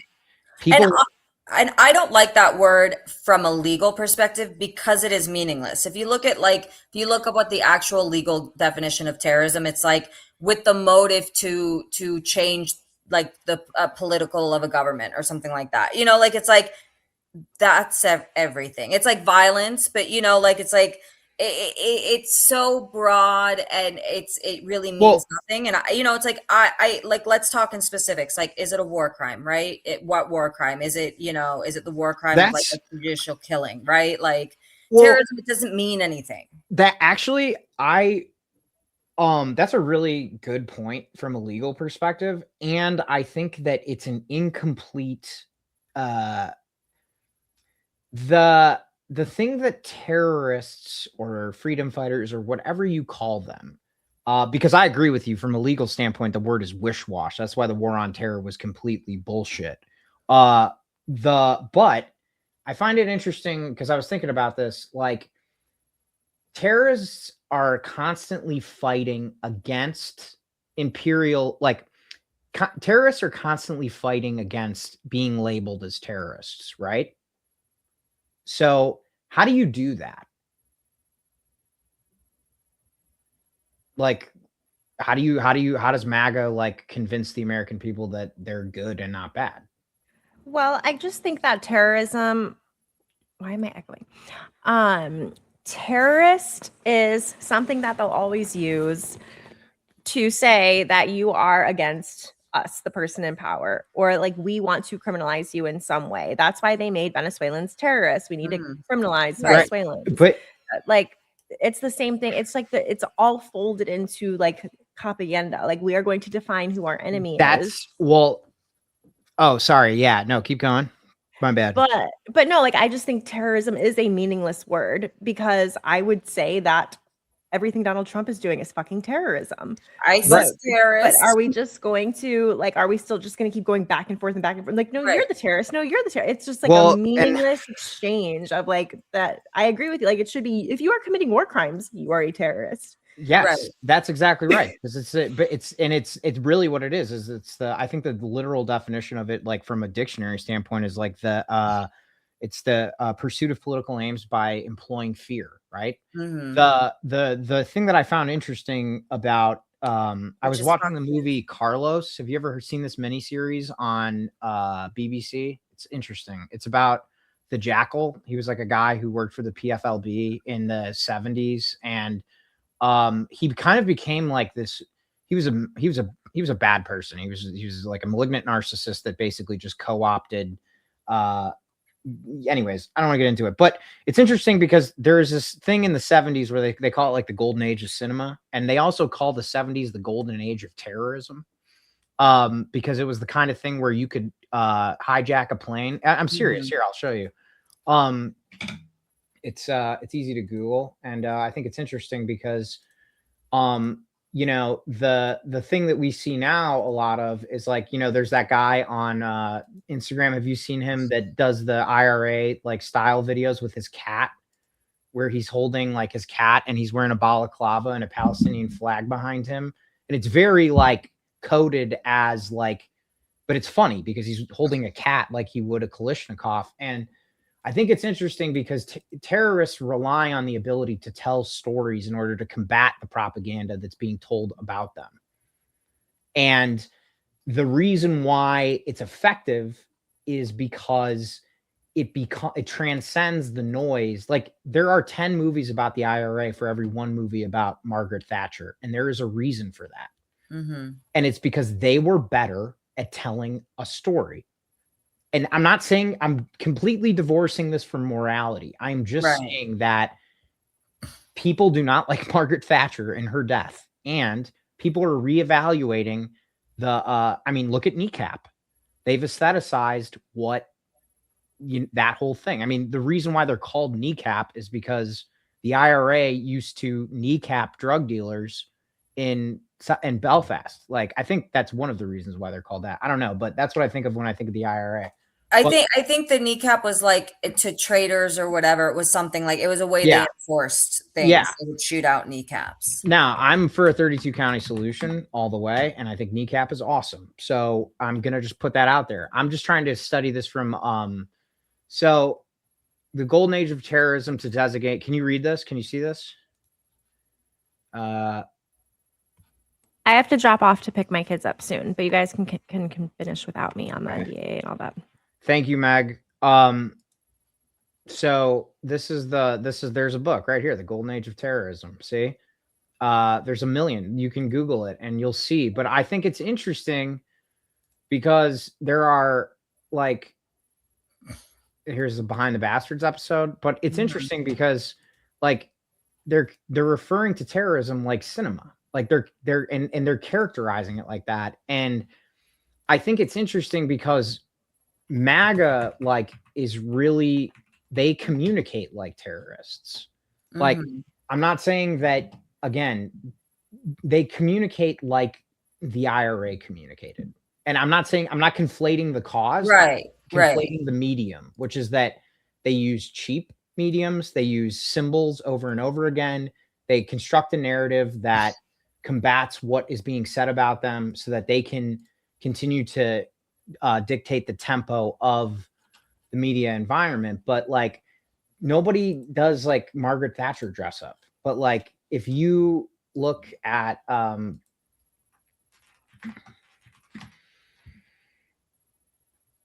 I'm trying to find the guy with who dresses up in a balaclava, but like there's like videos in what is it? What year is it? 2026 from like that, like, so anyways, I just find it like super interesting because it's like something that we don't talk about because it is in a lot of ways, like it's a very painful subject for a lot of people for a lot of different reasons. And I would argue that there are people that were disproportionately harmed by one side, and that side is the British in the case of the British did disproportionate amounts of harm to the Irish. Right. And so that's why I feel like I don't like the term because it's like, what did what did the US do in Iraq and Afghanistan? We weren't terrorists because it was an official military. Right. You know, like, and it's like you put this term on something, and this is what we've seen. We've seen the war on terror taken to its logical conclusion, which is basically the obliteration of international law. But it's like, if you call something a terrorist, and Trump's administration understands this, that's why they call them narco-terrorists. If you call something a terrorist, international law doesn't apply. Because the thing is you are not allowed to drone strike things and just even if it's a terrorist, you're not allowed to murder it, right? Like, you're supposed to go in and like, yes, you can kill people in war, right? Like, that is one of the bad things about war. Like, you have to accept that you can kill the other side. That's why international humanitarian law is like very interesting. And it's, you know, there's a lot of like kind of ethics there, right? But like, if the other side surrenders, if the other side is not in the theater, you know, there's all these rules about how and when you can kill people, how you can kill people, right? You can't use certain types of bullets. It's against the Geneva Convention to use the hollow point. You have to use, it's why the movie's called Full Metal Jacket, right? Because and I'm don't mean to interrupt, I'm just trying to illustrate your point. And there were a lot, like the Geneva Convention was not something that people just like came up with. They put a lot of thought into this, right? Because of the horrors of World War II, World War One. No, World War II as well. It was after World War II. I thought it was after World War One because of mustard gas. No, Geneva was 1948, so it was after both of them. Okay, so it was after both of them. Yeah. So okay, good. Stand corrected. But you have to use a full metal jacket. Because it is designed to incapacitate your, it can kill you, but a hollow point bullet is designed to kill you because it expands and it takes out all of your organs when it hits your corpus. So a full metal jacket is supposed to go straight through you. So, because it minimizes again, we're talking about degrees here. It's nuance, but that's why we do the stream and we don't do short form video, is that it is designed to incapacitate an enemy combatant, not kill them. And I agree with you. That's why I think terrorist is an awful word. I think it's one of the most dangerous words in the English language, because if you hear what the British were doing in the genocide in the 1900s and what they were doing in Belfast in 1969 after they tried to do not civil disobedience, and they sent a bunch of Ulster, UVF, like Ulster Volunteer Force people with bats and guns and killed peaceful protesters. Like, I don't know. That sounds like terrorism to me. Right. So who gets to wear that? And so that's why I think like what the IRA did and like what like these other groups do is they have to create media. They have to tell their story in an environment that refuses to hear it. And this is what we've seen with the Palestinian people. Like their story has broken through because they have camera phones and they're like sitting on a pile of rubble outside of what used to be their house. And they're like, I'm not leaving. I'm not fucking leaving. But yeah, because their family members are trapped under that rubble. Exactly. And they're like, no, I'm not going. And it's like, you can't break through. You can tell me whatever you want to, but that lady just showed me, that person just showed me that they are not a fucking terrorist. Exactly. You just proved that every accusation is a confession in this case. And which is why on October 8th or 9th, I said, if they were threatening to invade, and I said, if they invade, then this is going to be a genocide. Oh, 100%. I think everybody that has been following this, I followed it. I first learned about it in 2011. So like, if you followed it throughout the years, we had various like kind of wars breaking out. 2014, you had the Great March of Return, you had 2021. Like, we knew what this was going to be. We knew, I knew that if the US didn't step in, and at that time I was like maybe a bit hopeful that like, I knew the leverage that we had, like if we had a Ronald Reagan type thing, like that would put brakes on it, right? But then we had Joe Biden that was just like, do whatever you want, blank check. And blank check Biden. That's another one. That is good. Well, here's the thing too, is that like and the thing is that the reason I was making that argument, and the reason that I think you're right, is like Reagan I think that Reagan was evil, truly. I also know he picked up the phone and told Menachem Begin that, and Bill Clinton said about the Israeli president, he's like, he's trying to big time me. Yeah. I'm the president of the United States. Yeah. Maybe don't like fuck someone in the Oval Office and give the Israelis compromise on you. Yeah, like but yeah, no, on October, I said, because if you want to defeat an insurgency, which is what Hamas is, in terms of their tactics, like go look at the Revolutionary War and tell me who were the terrorists. Well, and that's the thing, the Americans were. And if you want to defeat an insurgency, the first thing you need to do is win the local population, because insurgents thrive on popular support. Because, and so if you invade, and we learned this in Iraq, we learned this in Afghanistan, we learned it this Vietnam. With Iran. This is why Iran is failing. Yeah, I mean, well, we're never going to invade Iran, because if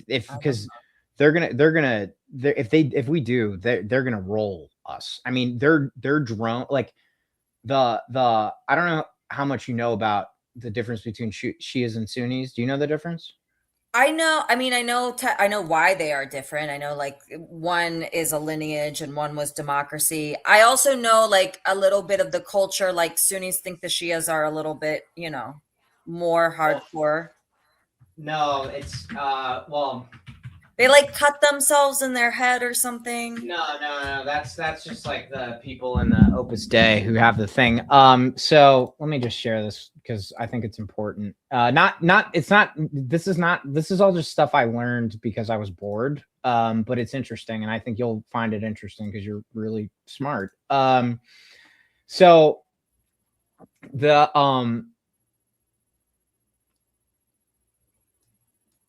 they have basically, so I think that this is important because Iran is basically the home base of Shia Islam. They're the minority. There are 15% of all Muslims are Shia, 85% are Sunni. And yeah, to your point, it is about lineage. The Sunnis view their leaders, the caliphs, as political and military rulers rather than divinely inspired or infallible religious figures. The Shias believe in the imamah, the concept that leadership belongs to divinely appointed infallible descendants of the prophet known as imams. They kind of have more of a pope. Like, I mean, our pope isn't hereditary, but it's kind of their pope. Right. And so the reason why I think that this is important is because there was a battle over the rightful successor of Allah, or not Allah, of Muhammad. Yeah. Right. So you can read about it, but the Shia guy was Ali, and he claimed the mantle of caliph, and basically one of them was related to Muhammad from one way, and then Ali was in the other way, and I'm pretty sure that Ali was martyred. He is a martyr. Yeah. So sort of important to understand a society that is organized around martyrdom. And there is, do you know what the drones are called in Iran? Shahed, which is martyr. Yeah. Yeah. And if people in America, we never learned about the Iran-Iraq war, but that was the most brutal conflict that happened from 1980 to 1988. Right. And Iran survived. And I mean, they took tremendous casualties. Yeah. I mean, they were sending little kids into minefields saying that they were going to be martyrs if they stepped on landmines. Like, you want to go invade that country? And I'm not saying that they're that extreme now. I think that by and large, the Iranian population has become quite like moderate. Right. I mean, I know that there are still like imams. I mean, the thing is they're 92 million people, right? Yeah. 92 million is a lot of people. There are going to be like, I don't know what the exact breakdowns, but it's like there's like 20 million or so that are like IRGC or IRGC affiliated or related. So it's like maybe some of those people aren't like diehard supporters, but they get their money from they have some kind of connection to where they have an incentive, you know? That's a significant proportion. Then you have, couple 10, 20, 30 million, however many, who are like, we hate the IRGC, we hate the Islamic Republic, like whatever. And then we have a broad base of society that just wants to live, that just wants to live and like do, whatever normal things that people do. Right. I don't know what people do because I do this. But to the point about the martyrdom and everything, which I think is really interesting, and I haven't seen this anywhere, but like, so the Ayatollah, the guy that we killed, I always get it because there's Khomeini and then this is Khamenei. Yeah. And so we killed him. He was 86 years old. Now we got the second one, which is also Khamenei. It was just a son. So we just swapped one out for a younger one. But what Marco Rubio said, which was so telling, is that we went to war at this time. We chose this period because Israel said we were going with or without you, right? So that's what Marco Rubio said. It's on the record. And what they did kind of clean up afterwards is they were saying, we didn't go to this war for Israel. We were always going to go to war. It's just the timing, which I think is a really important thing to key on. So the reason why it was the timing is Israel said, we have him. We know where he is. They called up US DOD and said, we know where he is. If you bomb this location now, you will kill the leader and then everything will topple. First of all, that leader is their pope. So you have to think about what would Catholics do? He's the Pope and their president. Right. If somebody bombed the Pope, right? I mean, I don't have a president that I care about, but if they bombed the Pope, I like my Pope, right? He's a good Pope. And like you said, like Shias have this kind of religious, fervency in their legacy. So I mean, I would even argue that if it's not even about, it's just a cultural thing. Like there is a emphasis on martyrdom the same way that there is an emphasis on the word patriot in America, right? There is a sort of kind of anyways, it's like a very spiritual thing to say, somebody was a patriot. Now it makes me think of Walmart and like January 6th, but like the tree of liberty will be refreshed with the blood of patriots. Like Mhm. it's, anyways, I don't mean to nitpick, but yeah, the martyrdom thing is like patriot. But right. And so if you think about it, you have actually that's what we call our missiles too, ironically. We call them Patriot missiles. Yeah, we do. And so the thing was, do you remember where he was killed? Mm-mm. In his house. Like he was killed in his house. So it's like, oh, Israelis had amazing intelligence that the supreme leader was in his house. Like, I'm just thinking if I was an 86-year-old supreme leader and martyrdom is a big thing in my faith and in my culture, and I'm 86 and I'm probably going to kick it soon, and I know the US and Israel are going to attack my country at some point, wouldn't a very strategic thing be to be martyred so then you can galvanize support? Because the thing that is important to these people is not like their own person. It's, I mean, they are fighting for the existential, of the Islamic Republic of Iran. Like that is what is important to them, that Iran exists as the Islamic Republic. So like, well, I don't even think it's, I mean, I don't even think it's quite as, I have friends who've been to Iran who are Persian, who have been back to see family. And like so many of them are secular and they right. I'm talking about the leader. Oh, you're talking about, okay. Yeah. Okay. So I'm saying like the mind of the Ayatollah. Like I got you. The mind. Okay. My mistake. Right. Thank you for clarifying. Yeah. No, but so it's like, if he was going to script it, if he was going to script his own death, being martyred by American Israel, like, I'm basically saying he was in his home saying, come get me. It's not like they found him. Yeah, that's actually, I didn't know that. That is actually pretty interesting. Like it does kind of play well into the narrative. Like that's the thing about like, yeah, that's super interesting. So anyways, keep cooking. No, that was my point. I just think it's interesting. I think it's interesting, like I kind of think Iran has been on the front foot of this whole war. I think, I mean, like, I don't know how much in economics you study like game theory, but like that was a thing that we studied at the University of Chicago. And I think if you understand, game theory, like people want to characterize the Iranians, and I see it in Congress too, the way that the national security type hawkish, staffers things, and they talk about them. And it's a mistake. It's a mistake when you kind of caricaturize your enemy and you like think of your enemy as like, subhuman or like not a rational thinker because you get played by them, Yes. And the Iranians, they're humans. Okay. They're humans just like us. And so they're going to have smart humans, right? And like, I think the portrayal of them as just these like zealots that are like religious crazy and like not rational, like it's not what I've seen. Like they are playing chess.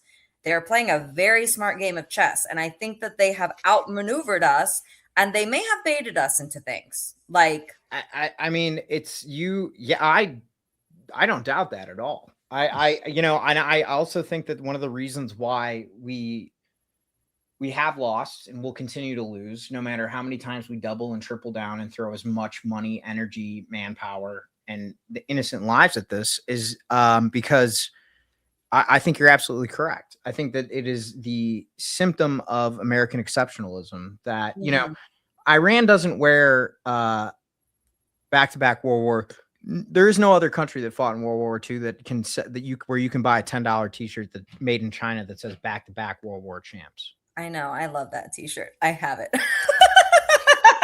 Well, I made a joke at the expense of people who have it, but now that I've met you, I will take back my joke. But like, it is like there's no such thing as a bad wedding, and there's no such thing as a good war. Yeah. Like no one wins a war. I mean, we had to fight World War II. And I would argue that there are necessary wars, like the Civil War. Mm-hmm. And like, I've met people who have fought in wars. I'm sure you have too, but I've never met anybody who's like, yeah, we won that one. It was like, no, like my friends were there and we did really good things because I loved the guy I was with. And so like the whole like oh yeah, they're crazy, we're gonna go kick their ass or whatever, and it's not taking right now. Like no one wants to be in this war because we have already gone to, and the yeah, I think game theory is like the perfect way of looking at it though, because and the funny thing is that like, and I am gonna say this because I'm a white guy. I'm Greek Orthodox, so you're Catholic, right? Okay, we had the schism. Yeah, and the schism. You have more legitimacy to me than the Protestants. Yeah. Okay. Well, Orthodox are like our brothers. Yeah. Well, exactly. I can take communion in your church, and you can take it in mine. I'm not a practicing. I'm not a I don't believe in the divinity of Jesus. I do believe in the power of tradition and something larger than yourself. I don't really care what you call it. So the thing that people miss about we went to Afghanistan and we killed Osama bin Laden, right? But Osama bin Laden, his first fatwa was because he wanted to get American bases off of the Holy Land. And if you look at the first terms of the ceasefire, or there were terms in Saudi of this war, where they said because of the attacks that were happening from Iran to these bases, it's so we tactically defeated Al-Qaeda, and strategically what he wanted, and he proved that he was willing to die for, was he wanted American bases off of the Holy Land. Right. And so it's you want to start these wars where we can beat the shit out of them from a military power standpoint, and you lose them every single time because we think in quarterly earnings reports, not in generational stuff. We do not. I mean, and even more than generation, I think we are at a disservice because our country is so young. I mean, we're 250 years old this year, sadly. It's, we have all the stuff going on. But the Iranians, they have a history and a culture that goes back, I don't know, thousands, 4,000, how many thousands of years, there is a reason, why they have been able to exist in that land for so long, as a continuous, yes, there are lots of different tribes and whatnot and dialects and whatever there, but there is a continuously existing population there. And I think the thing about the military bases really hit me. It's part of my, conversion to from this Southern raised Republican, because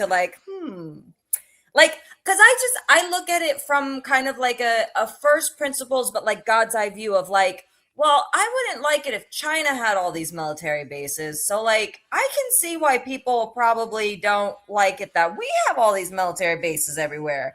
And I think what this war has shown too is what is the point of them? Did they actually provide any additional security either for Americans in the region or our partners in the region? No, they were targets. They made things sitting ducks. They evacuated the bases. You should talk to Greg or a military person, because I don't know what the point is. Maybe they say, oh, well, we had our planes there, or we had a lot of bullets there. And so I don't know what the point, but I know that they blew a lot of shit up. I know it costs a lot of money. And now Trump is trying to get $600 billion in this NDAA to rebuild all those bases. And I'm you know what? I feel maybe not. Let's take a knee. Let's let the clock run out. Why don't we just take some of that money and put it into, because that's the thing, is that we know you got the money because you always find it for the fucking military. And I have our political director, Young Hunter. He's a brilliant guy. And he was in the Dave Rubin debate, and he smoked him. He's been on Nicole Wallace. Not that his TV appearances make him any more or less talented, but I bring it up to say that, he runs with the big dogs and he's 23 years old. So he said, I want I want you to play the clip of Mallory McMorrow saying we can't have Medicare for all. And I want to refute it. And I was like, Hunter, I'm just ripping on her. Like, can we just, and he's like, just trust me. And I was like, God damn it. All right, fine. Let the kid cook. She goes, Medicare for all. I don't want Donald Trump being in charge of Medicare for all. That's what she says. That's her argument. I don't right. Which doesn't make any sense, but yeah. And he goes, fine. He's like, I'll take that argument. And I'd like to extend it to the military. Mm-hmm. He's like, if we can't have publicly funded things, then I don't want the military funded because I don't want Donald Trump to be in charge of it. Which is, yeah. I would rather have Donald Trump in charge of Medicare for all than in charge of the military, because I think he's breaking a lot of things with the military. Yeah. And, if he wants $600 billion to, and by the way, more. So, and this ties back to the NDAA.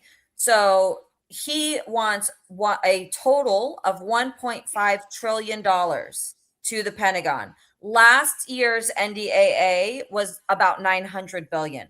So he wants a $600 billion increase. And it's like, I understand when we're talking about these numbers, it's kind of like, oh, numbers, that's a lot, like, how do I know what that even means? Like, how many planes does that buy? But it's just like, we did 900 billion, which is too much. We only take in 5 trillion in taxes per year. And here's another place where I think conservatives are not being conservative.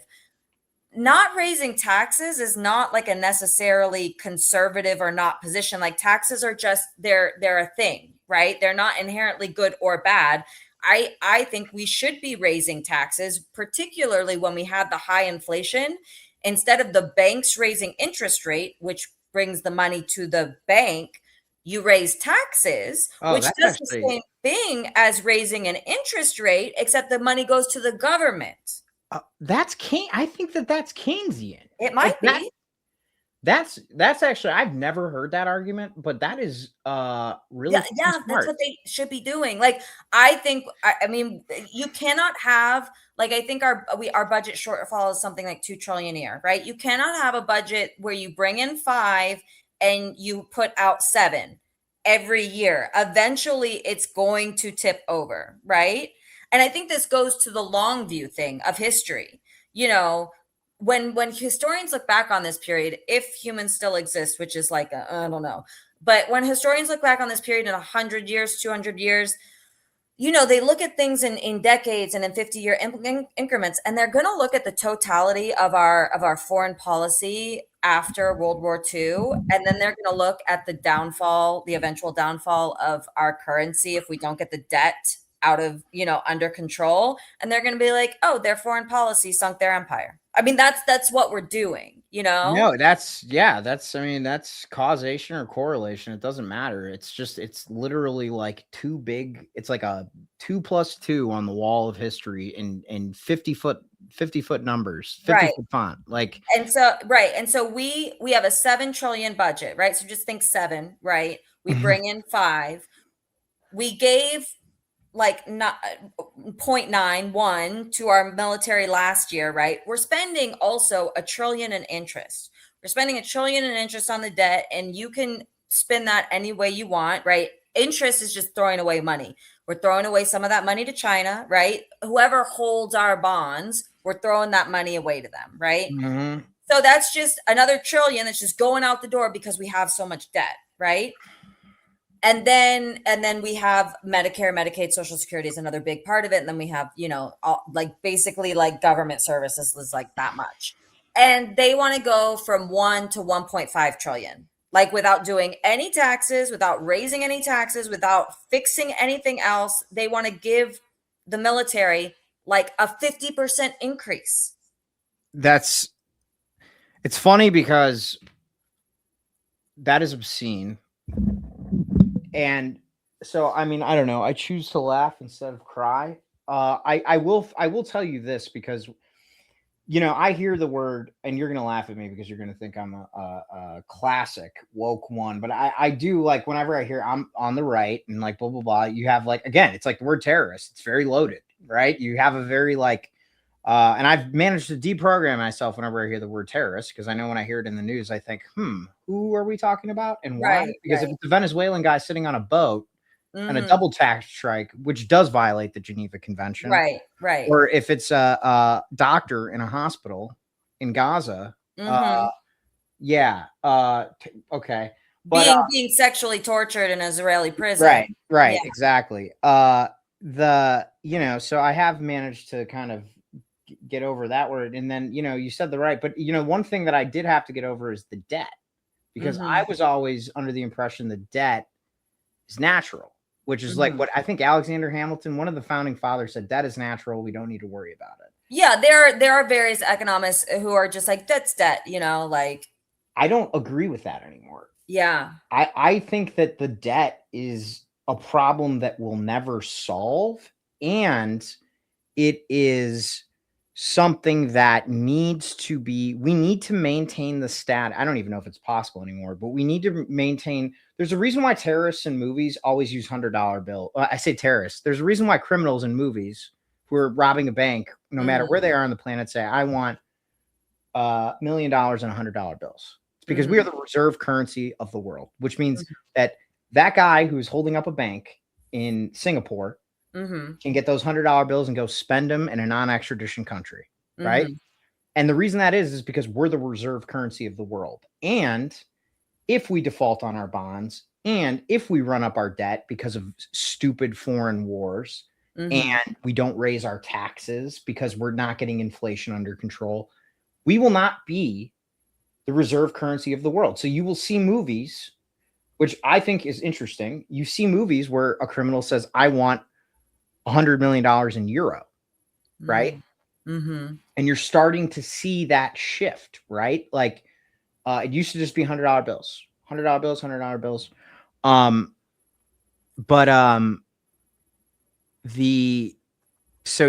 think the debt thing is a big problem. And that's why I think that it is important that it's funny. My fiance and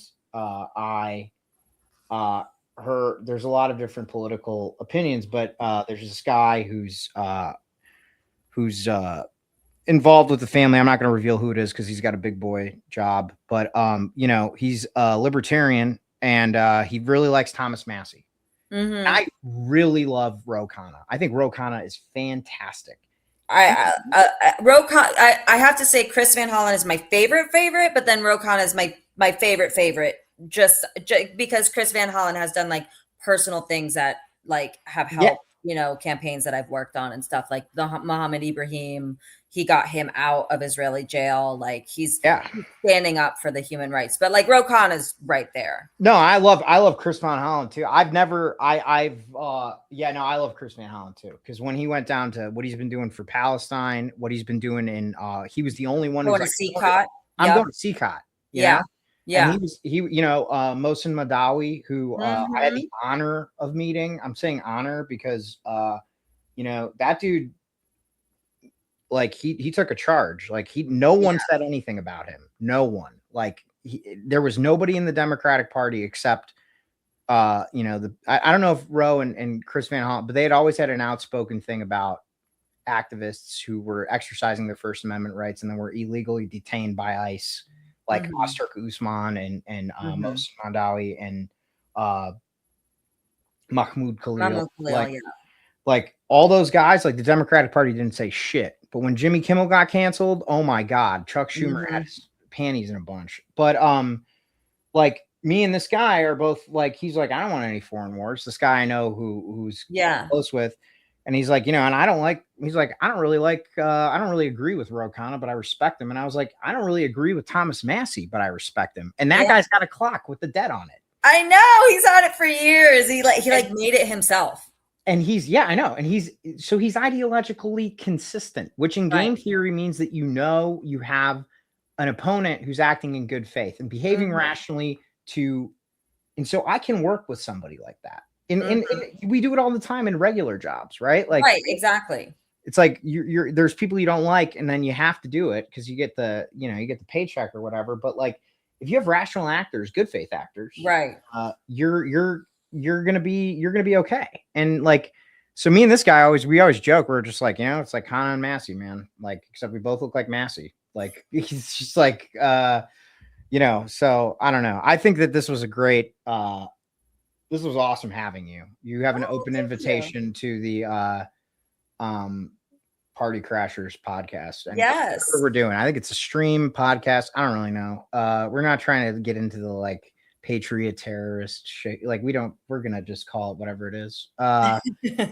But is there anything we don't have that many viewers live, but I want to make sure that if we do edit the podcast, I have an editor that I pay, and anytime we have a guest, is there anything that you are working on that you want us to, when we put the shorts out there, is there anything you want us to make sure that we include, like a link to a Substack or your socials? Like, what can we plug for you? Yeah, I mean, so the thing that I'm working on right now is the NDAA, and that's the thing that is kind of the most pressing. It is going to the Rules Committee next week.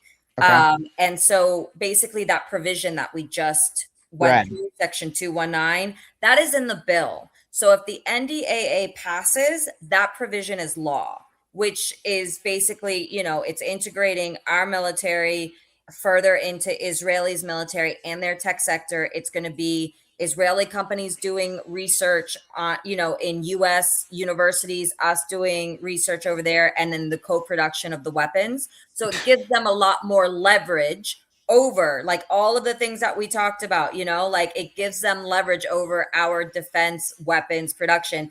And what we didn't go through, but there's a list there, you can read it. It says all the technologies that are covered. It's AI, it's quantum, it's biotechnology. It says data fusion. It says network integration. Like it is literally terrifying. Like these are all the technologies that we want to like work on with, consult with, combine with, like of a rogue genocidal state. We wouldn't do this with China. We wouldn't do it with Russia. So I would say that I have like all the information on my Instagram. That's where I am. Okay. And that's I think it's Brit.stunting. But Unknow Policy, that's the easy one. They are the one who are like leading the work. They are a nonprofit, like lobbying organization that is working on a new foreign policy toward the Middle East. And they have an Instagram, they have a website, they have a congressional action program that you can sign up for. And so they are putting the updates all there. They have a letter campaign. And so that's the easiest place to go and find all of the resources on this. Perfect. That's great. Okay. We will make sure to what's it called? Undo policy? A new policy. I keep saying it wrong. It's like I should put the emphasis on a new because we need a new policy. I like it. Yeah, no, it's I'm looking at their website right now. New policy. They have so many amazing resources if you're trying to get understand Congress and bills and all this kind of stuff. They have a bill tracker, so you can look up your representative and see what they voted on, yes or no, and see how much of a cunt they are, or if they're or if they're Rokana, Yeah, no, this is cool. I'm looking at their this is awesome. Yeah, I'm going to put a link to this. We have a little thing you can you can comment like something, and it'll send you a link automatically. So when we do the things, I don't know, none of us get paid to do this most of the time ever. So I'm trying to do something that is kind of like, thanks for coming on. And we can help each other promote the stuff that we're working on, because there's so many things. There's so many things. And honestly, the thing that they have against us is they have the money and the resources and the power, but we have the people. And yes, it's a lot, but I just kind of I have a part in my day. I put it in my routine where I'll call my Congress people, send my emails, do whatever I need to do, because we all need to be I'm doing this because it's fucking terrifying. And if we this is a funny thing, you were saying about having that narrative. What do the MAGAs say? If you don't do this, you won't have a country anymore. I feel that way. If we don't do this, we're not going to have a country anymore. I agree. I'm putting the I know the number two. Please tag so I can find her. I am terrified too. Thank you, Chicago Bish. We love you. Thank you. We're not going to succumb to fear, though. Yes. We're gonna move with the fear. We're using our fear as motivation, like I used to do as a cheerleading coach to my athletes with burpees. Is that why you're stunting? Is that yeah, it was my cheerleader handle before. I turned it into my, advocacy handle. What did you study at University of Chicago? Law school. Oh, yeah, that's right. You're a lawyer. I'm gonna put the link to the to Britt's Instagram here. Britt Stunting. She's a real one. She's a G. Make sure you follow her. And feel free to reach out with any questions. I'm happy to, educate as much as I can on this. You're awesome. Thank you so much for coming on. Thank you. On behalf of Meg, thank you. And we'll do it again soon. This was great. This was a great freaking conversation. I know. Wow, I'm grateful. There are so many. I'm grateful. It's cool to know so many interesting people who are so smart. Geez, we all had to do a lot of stuff before we ended up in conversations like this, and it's cool that we had the opportunity to talk to each other and not have to pay like $50,000 a year, because we're all underemployed. And, right. So we're all just like, all right, good. Thank you, Chicago Bish. You got one follower. She's great from this conversation. But all right, everybody take care. And we're going to end the stream now. We love you all. Take it easy. Bye, guys. So.